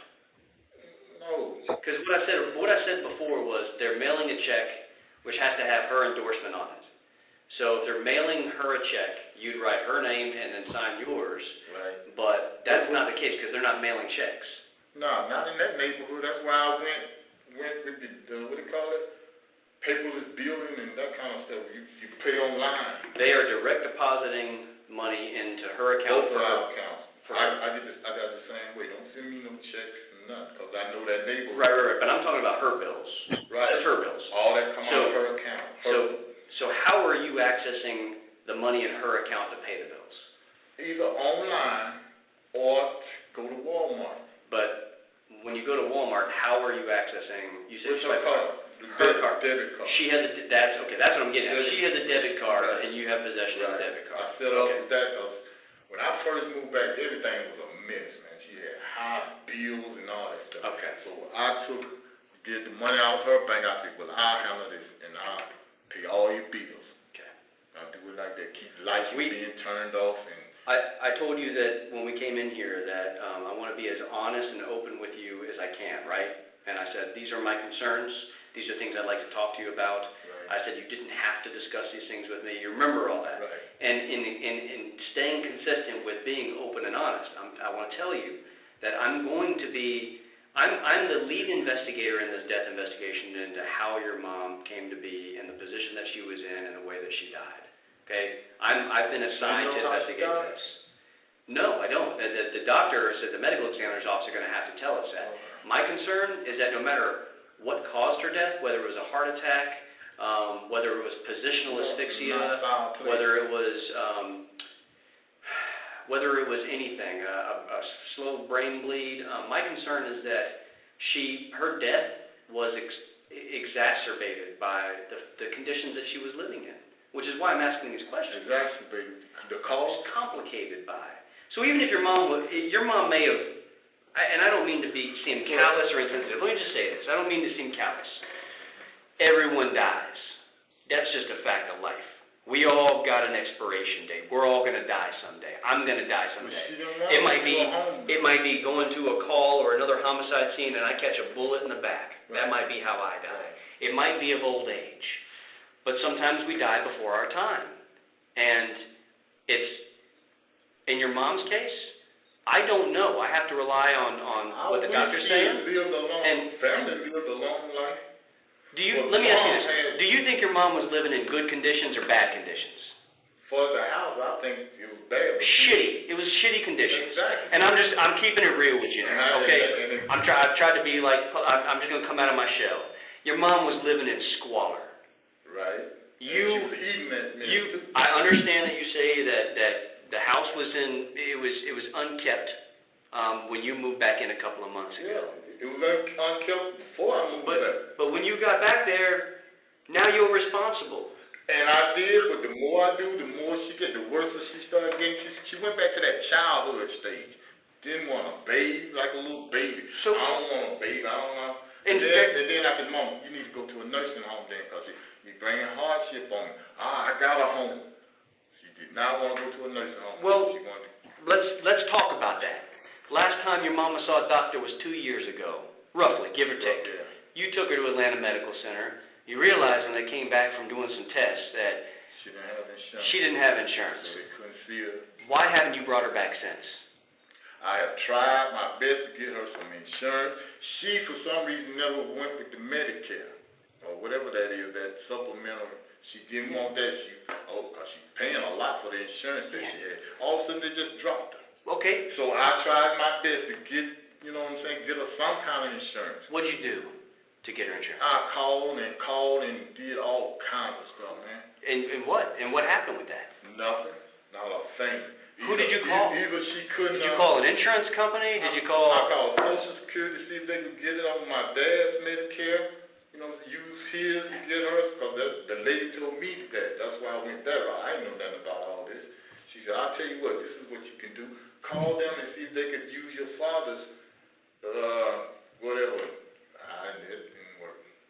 And if you just take her down to Grady, if she's having an issue, then they can't deny her, medical treatment. Right. They might send a bill, but they can't deny her the medical treatment. Right.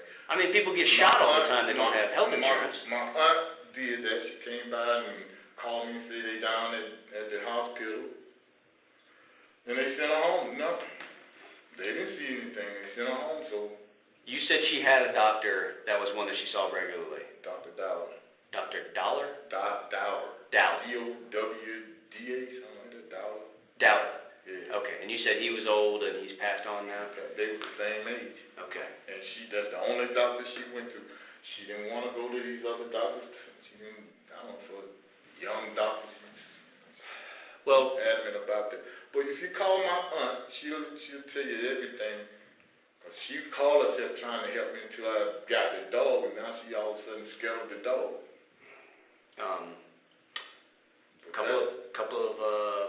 Couple of months ago, she stopped walking. She's been pretty much residing in the living room on the sofa. Yeah. You get up in the morning, she doesn't have any clothes on. I didn't see any clothes there next to her. Right. You come home at night, she doesn't have any clothes on. You're providing for with food and snacks throughout the day. Yeah. We'll look at just a minute. I still just want to chat. So I mean, she's in a bad way already, just kind of hanging out there. But this week, I mean, the past 7 days particularly, on Friday you got home. There's my son. That's how she was. There's my son. Okay. And what day was it that you realized she was stuck inside the sofa? The next day. On Saturday. Saturday. Okay, but you spoke to her on Friday. Yeah. She in good spirits? Spoke to her Saturday.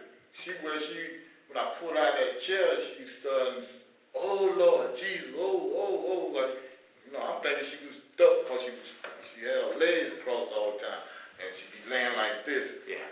Because she told me that her butt was stinging. That's what I'm thinking. She had a big ulcer right here, like on her hip. What? An ulcer? What is that? Like the skin had worn away right there on her hip, and it was like an open wound.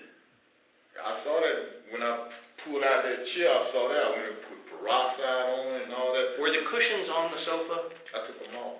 Before she got Well, stuck? now, she was in between there wasn't no cushion where she was. The cushion was like that. She was in between that. I got pictures. She was in between it. All right.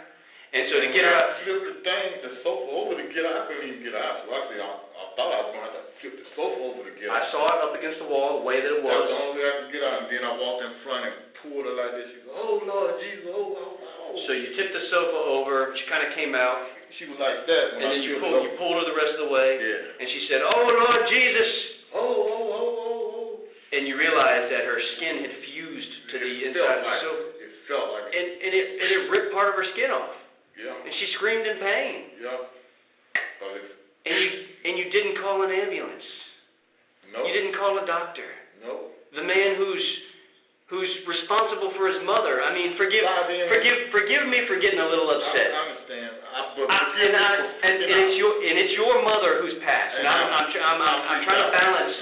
I'm trying to balance my perspective as a man and a human being and someone who cares. I care about my mother. Right.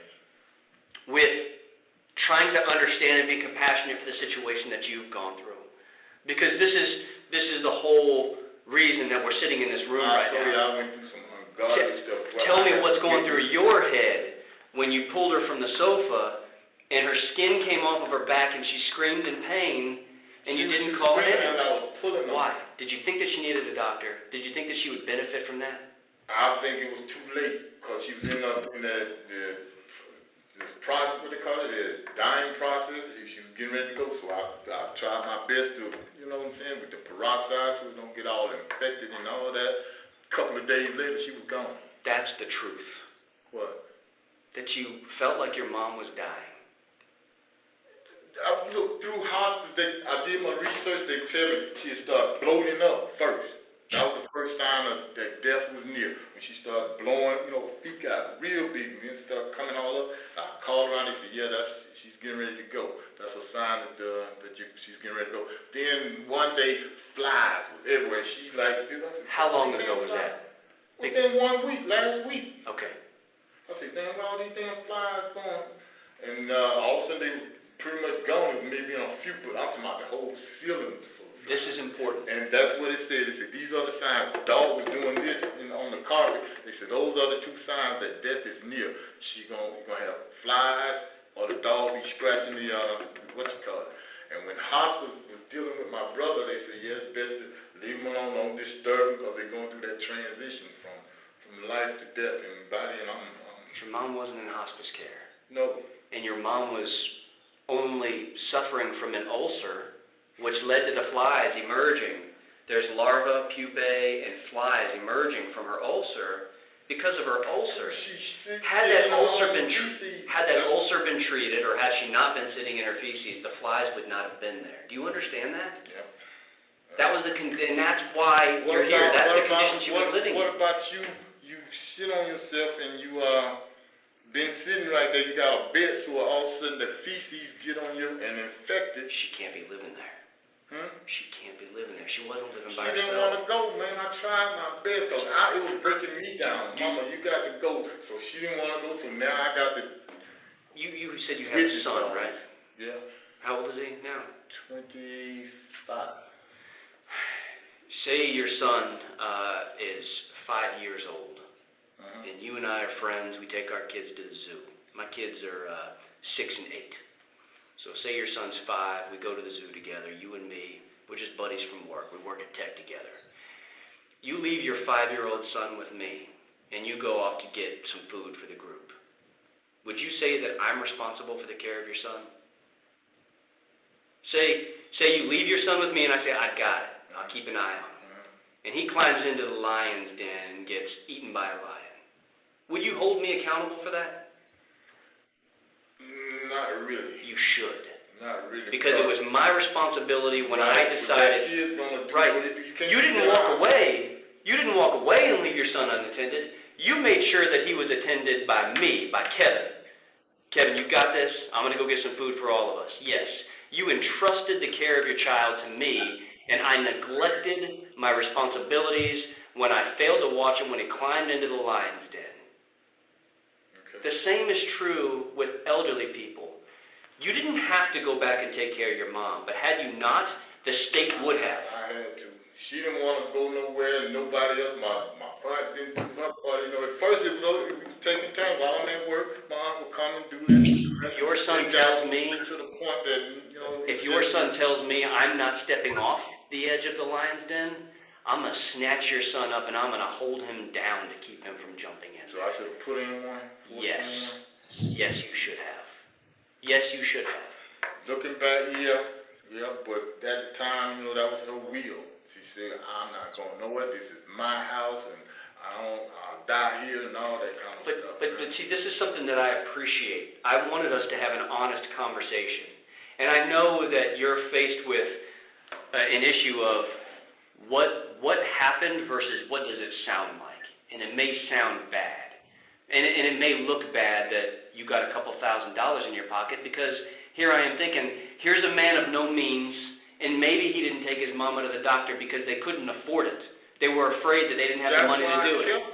But then you say you're storing the money up to pay for the funeral when your mama's not even dead yet. All expenses. You had that cash. All expenses. You had that cash in your possession. You didn't leave this morning, right? Because I talked to the officers. The officer said, let's go over the timeline again. So you get home Friday, there's my son, you have a conversation with your mom. Right, feed her. She's on the sofa, and she's probably, your skin doesn't fuse to the sofa overnight.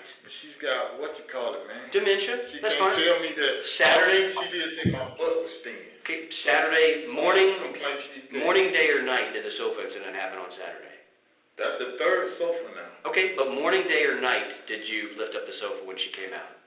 No, I'll move her over because she'd be laying morning, down. day or night on Saturday? Get up, just to put her in a different position. Was it in the morning on Saturday? Was it during the middle of the afternoon, or was it at night on Saturday that happened? More like the morning. Okay, so in the morning, she goes onto the floor, and she's there. I put her on the floor. Okay, you put her on the floor, okay. And she's there in that same place on the floor today, right, where she was on Saturday morning. She was in another position this time. How was she, like on her side? Yeah. What was she doing with that hand? She hasn't gotten up and gone to the bathroom. She's in the same spot, right? Right. She hasn't moved. She's immobile. She's in that spot. What was she doing with that right hand? I don't know. And when I got there, it was already after fire rescue had come to try to take a look at her. I heard that she was covered up with blankets when you found her this morning. Did she keep them flies off of her? She wasn't covered up. And to keep her warm, I knew she was She wasn't covered up when I got there. And that night, how she wasn't? They did that. That's my point, is that you're asking me how she was. I don't know how she was because I got there after other medical personnel got there, the fire department. Because I think between Friday, it got deep down in it got real cold. Okay. So that was Saturday. That's why that blanket was on. Sunday, you're talking to her about the Super Bowl, but she's not talking back. No. I only told her that we were in the Super Bowl. On Sunday? No. Friday when she was talking. Okay. Mama, we in the Super Bowl. I came, there's my son. Tell me about small talk. Mama, we in the Super Bowl. Did you? You know, I'm talking to her as I'm feeding, preparing the food, that kind of stuff. Did she eat anything on She Friday? a little bit Friday. Okay. Did she eat anything on Saturday? Thursday she pigged out. Okay. On Saturday. Spilling it all on her. On Saturday, did she eat anything? She when he talking, then she just, ow, no, she did say, ow, oh Lord, that was all she said. Before I talked, I said, you all right? What's hurting? She said nothing. Sunday? Sunday, she didn't say nothing. Didn't say. She was snoring. Okay. That's why I didn't disturb her. She was down there snoring. It sounded like she was sleeping good. I didn't know her. Did you say earlier that you left for the Super Bowl on Sunday? I went and saw the Super Bowl. Where'd you go watch that at? Over my cousin's house, down by the Blue Flame. You know what Blue Flame is? Yeah. Those Back houses, in? those Harlow? houses back there. I was supposed to be going way out, but I didn't want to go far. I don't ever go too far from her. That's why I got accepted that job at Georgia Tech. I took an $11 pay cut so I could be near her and say, in case something happened, I could probably walk home. Yeah. And then Monday. Tell me about Monday. Monday. Still sleep. Okay. You know, Still not eating. she wasn't. She was asleep. Snoring rather. Okay. And you went to work on Monday? Yeah. You came back? And went to work and it was a mess. And then when I came home, I saw her moving around a little bit. Yeah. She's not even. When did you give her that orange that's lying next to her? Was that Thursday she picked out, Friday she ate some. Saturday, when she was up and aware. But she wasn't really up and aware on Saturday, right? That was when you pulled her off the Yeah, she was talking about, oh Lord, ooh. Right. No, Yeah, and that's when you put it there for her on Saturday. Yeah. Okay, but she never ate it. Okay. Yeah. So Monday she's pretty much just snoring and sleeping, and then Tuesday you go to work. She awake when you leave? She wasn't awake. She was still breathing and snoring and moving around and that kind of stuff. Moaning. She wasn't really moaning. She was like,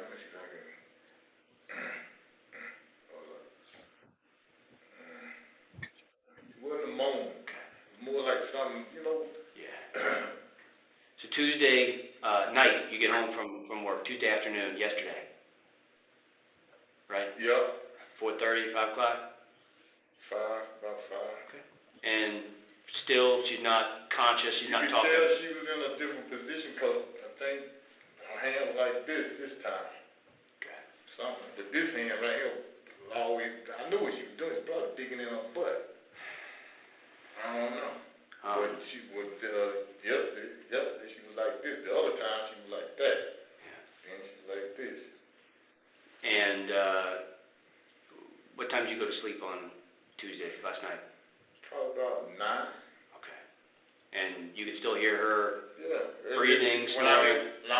When I hear her go, throw something, I jump up, I go look. I ain't slept in maybe a week or so. Slightest little noise, I go check. Yeah. And when I open the door, go in the living room, then I can hear her. And then what time did you wake up today?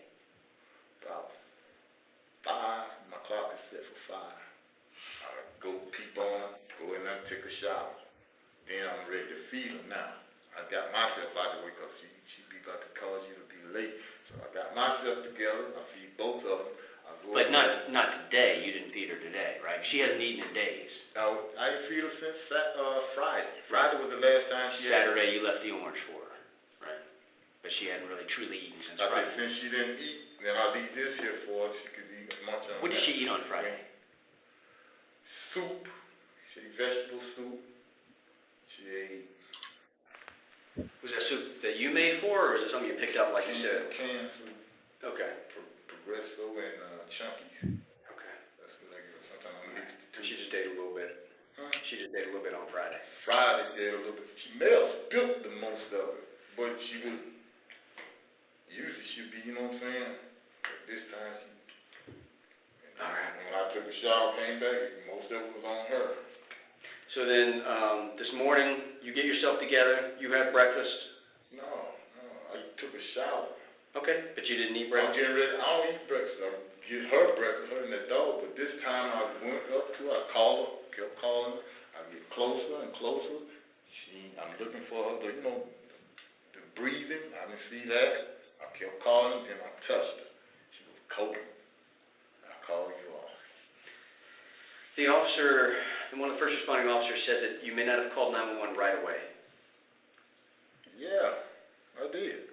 As soon as you touched her. Well, I didn't call them first. I called my cousin because I wanted them to come over, comfort me. I was about shocked, man. Did they come over? Okay. He said he had his little grandbaby with him. What's his name? Your cousin? Anthony Williams.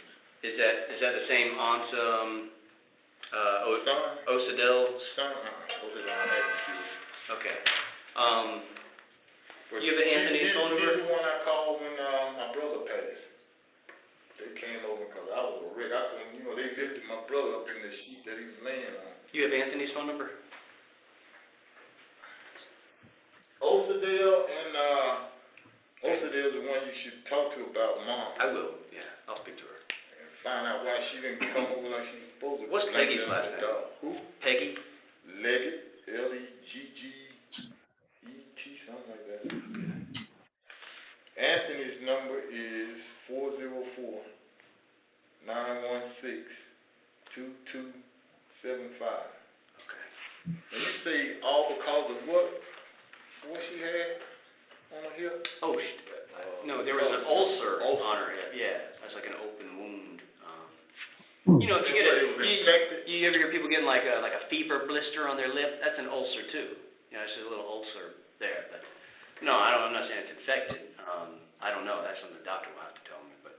So that we'll know for sure. Oh yeah, they're gonna find out everything. Cause I wonder what happens when you eat feces. That's bacteria. Who did your mama bank with? Wachovia. Okay, and who do you bank with? First National, Bank of America. Bank of America. Okay.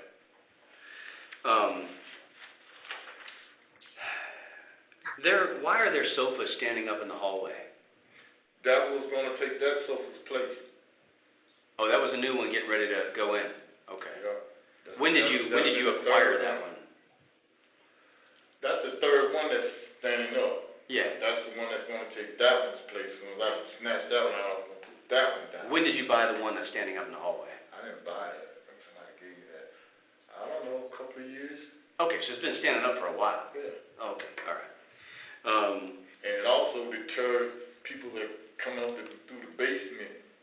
That's there for that. But it was time for that other sofa. After I pulled her out, I saw that, oh, this sofa here was, ooh, I don't know how she got wedged in there. Let me show you that.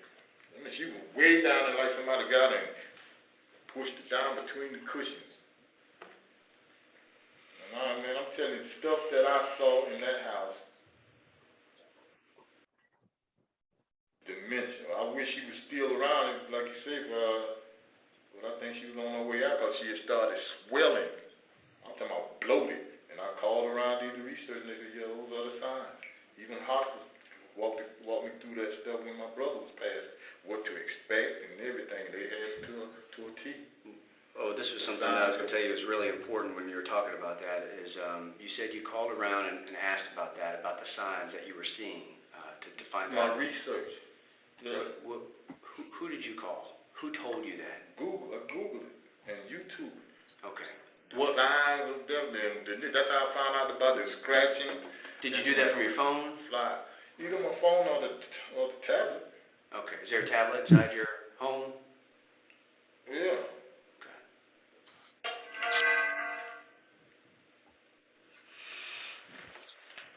If you want to do the history, well, with my search history, you see it on here too. Yeah. This is something else that, may I? Do I have a signal? No, probably not. Swipe because I wrote a picture. Did it work? No, you gotta go backwards here.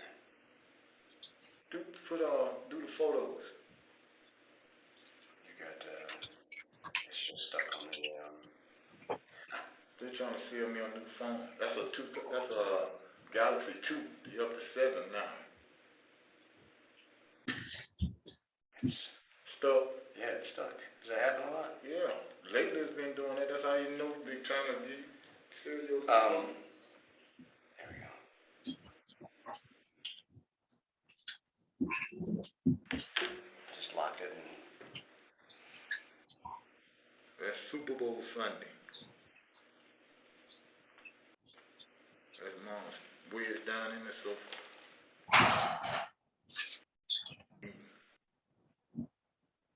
And that's on Saturday? That's yeah, Friday or Saturday. That's when I flipped it over to get out. I couldn't get out like that. Okay. And And the reason I flipped it because you can see wires and stuff. I said, oh, Lord, she might be stuck between them wires. There is, two things. Let me show you another way she eating feces.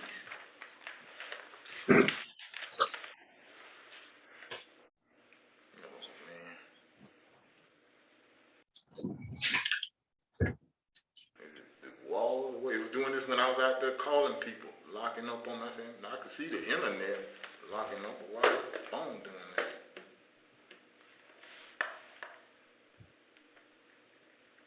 And it needs charging too.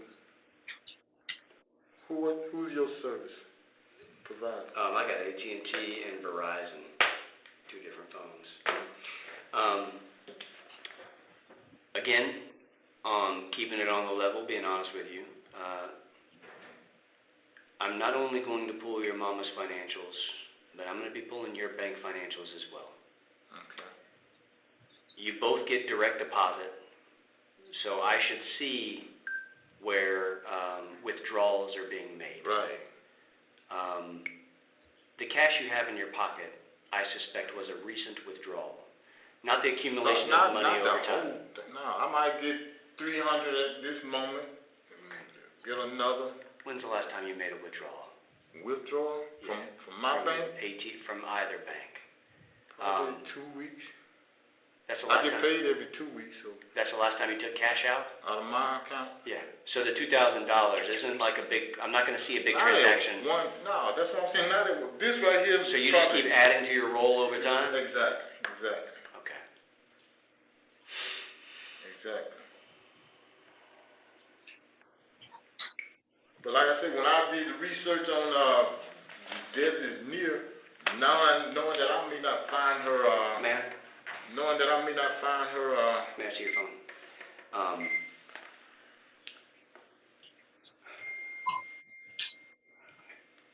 trying to go back. I'm just turning it off for a second. Yeah.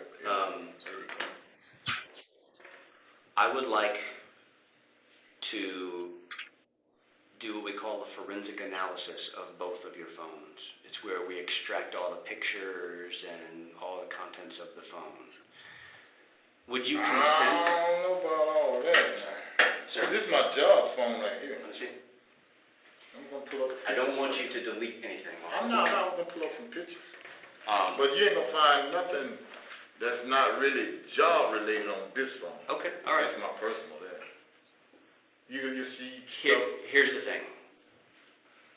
If I do a forensic analysis, the reason I'd be doing it is to look for anything that would be evidence of any allegations of neglect of your mother, or anything to do with her condition that was deteriorating rapidly, especially over the past weekend. I mean, that's call her sister. Friday, Saturday, Sunday, Monday, Tuesday, Wednesday. That's 6 days that she's been rapidly deteriorating. Right. And hadn't moved from that location. Never got up to go to the restroom. Within a week, she has started swelling up. Hasn't been eating since Saturday. Right. And stop eating, stop speaking. That's the past week. I mean, All since this, this that's what I'm happened. saying. Within a week, all this started going on. The swelling, the not speaking, all that within and the flies. That's let me know right then.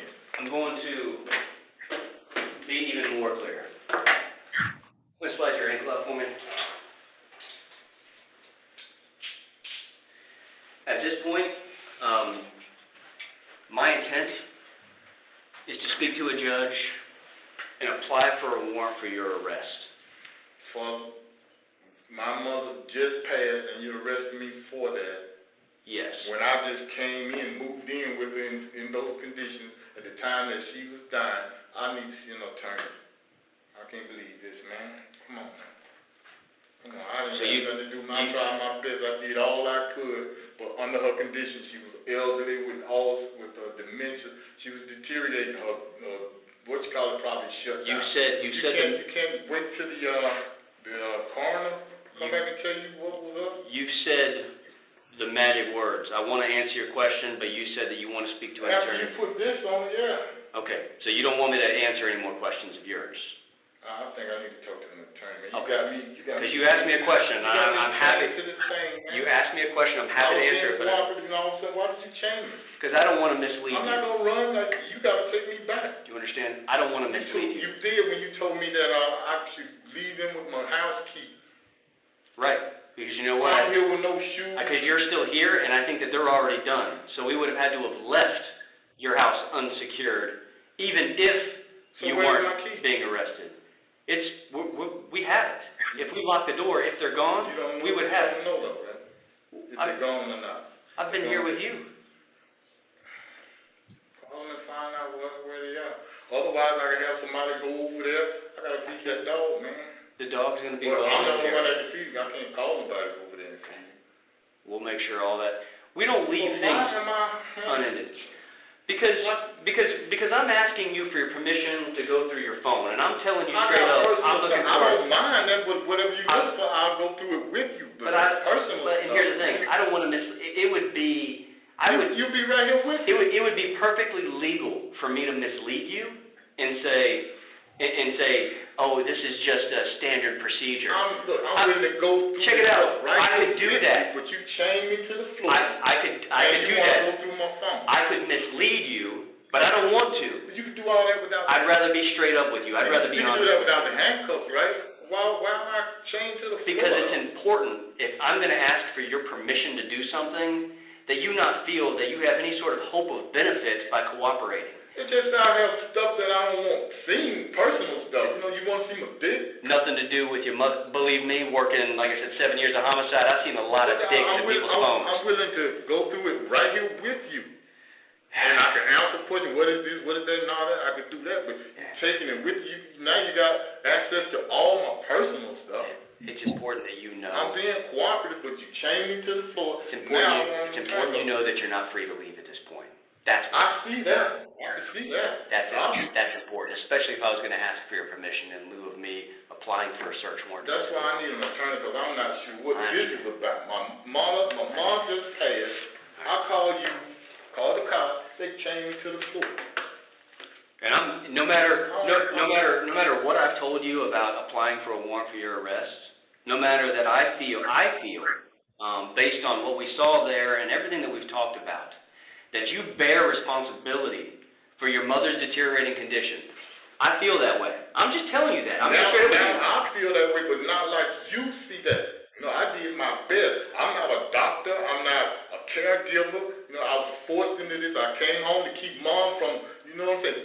This was a while. She's been deteriorating a while now. I think- And she used to tell people, oh, he's keeping me alive and all this and that. But the moment she passed, now you say I'm the one. I think 99. I moved back in the house, and that's the way it was. I think 99 out of 100. Except for the shit. 99 out of 100 sons would have called an ambulance when your mother's skin was ripped after she was basically fused to that sofa. That is not normal. Right. That is not appropriate. That's why And that is not reasonable. Doctor and putting all that stuff on, trying to clean that stuff up to see what happens, give her time to see what goes on. But during that time, that's when she just stopped. The only thing she said that day, that Saturday, was I'm and only. I was pulling her out. And I saw that, I put the Barack out on it, and I covered up because the flies was all around there. I didn't want flies on it, I covered her up with that. I started by saying, even though. And how did all that shit get on that blanket? It was clean, I just opened the thing. The shit got on the blanket because you haven't bothered to take your mother to the restroom in a week. She's immobile. You assumed responsibility for her. You cannot act surprised that there are flies emerging from her open ulcer or that she's defecating on herself when she doesn't bear the physical mobility to get up and walk to the restroom herself. Before I got her out when the flies, it was more flies. That is no different than having a newborn baby at Northside. It's no different than having a newborn baby at Northside Hospital, shitting in a diaper, and saying, why did it shit itself? I'm not going to argue with you. Raising your voice, and I just lost my mom. That's not helpful. Because you're talking over me. I could do the same back. But I'm the one chained up. here's what I was going to say. I said, even though I feel you bear responsibility, I'm sorry for your I loss. wanted the power. That's what I was trying to I wanted say. the power. It's still your mother. It's still my mother, you're right. It's still your mother. Right, that's why I gave up my life to come there, to live in that field with her. And I'd like to think, And live just like she was living. I'd like to think that over the past, whatever we've been together, 4 hours or so, maybe even more, that I haven't once been disrespectful of the fact that you lost your mother. Can I know what's going on? No, not right now. You right in my family. Not right now. You want me to call a phone number? Yeah. Sure, who is it that you would like for me to call? Call my aunt and my cousin, basically family. I have their 2 phone numbers. I'll reach out to them and let them know, okay? I need you, yes, sir. I need you to go ahead and empty out your pockets again. I need to count my money. Ms. Hilton, can you pause? Right here in front of you, and we're gonna. So we're at 3:30 on the court clock. So I thought maybe we could break. About how much is left of the video that you're going to play? Ballpark? 19 minutes of this section, and then we can fast forward to like. Okay, but like the end is 19 minutes, is 45 minutes? So it's 19 minutes until the end of this section.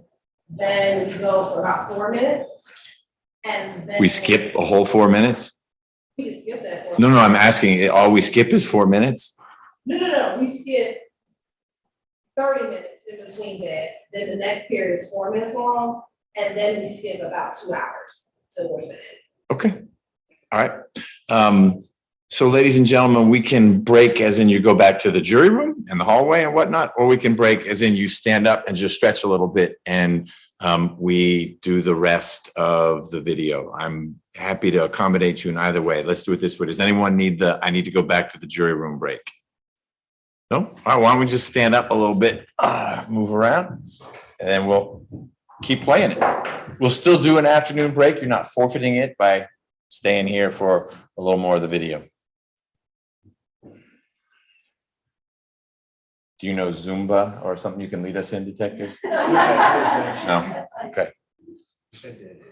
I'm actually glad you don't.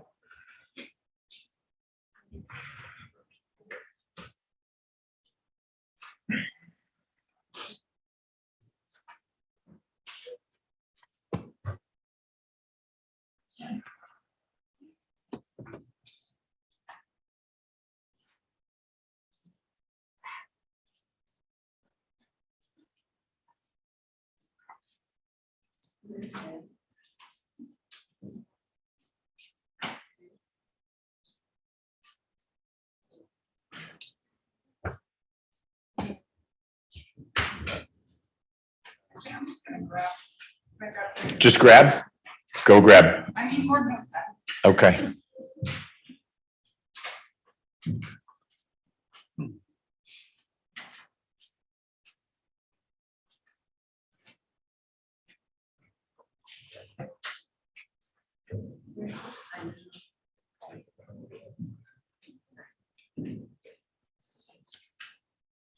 We can get more notepads. We'll see if he's got a little box of supplies. Look at that. Another handy dandy notepad. Okay. Some jurors actually doodle all sorts of pictures. All right. Mr. Korn, we ready? Ms. Hilton, when you're ready, you can resume playing. Thank you. How much it is.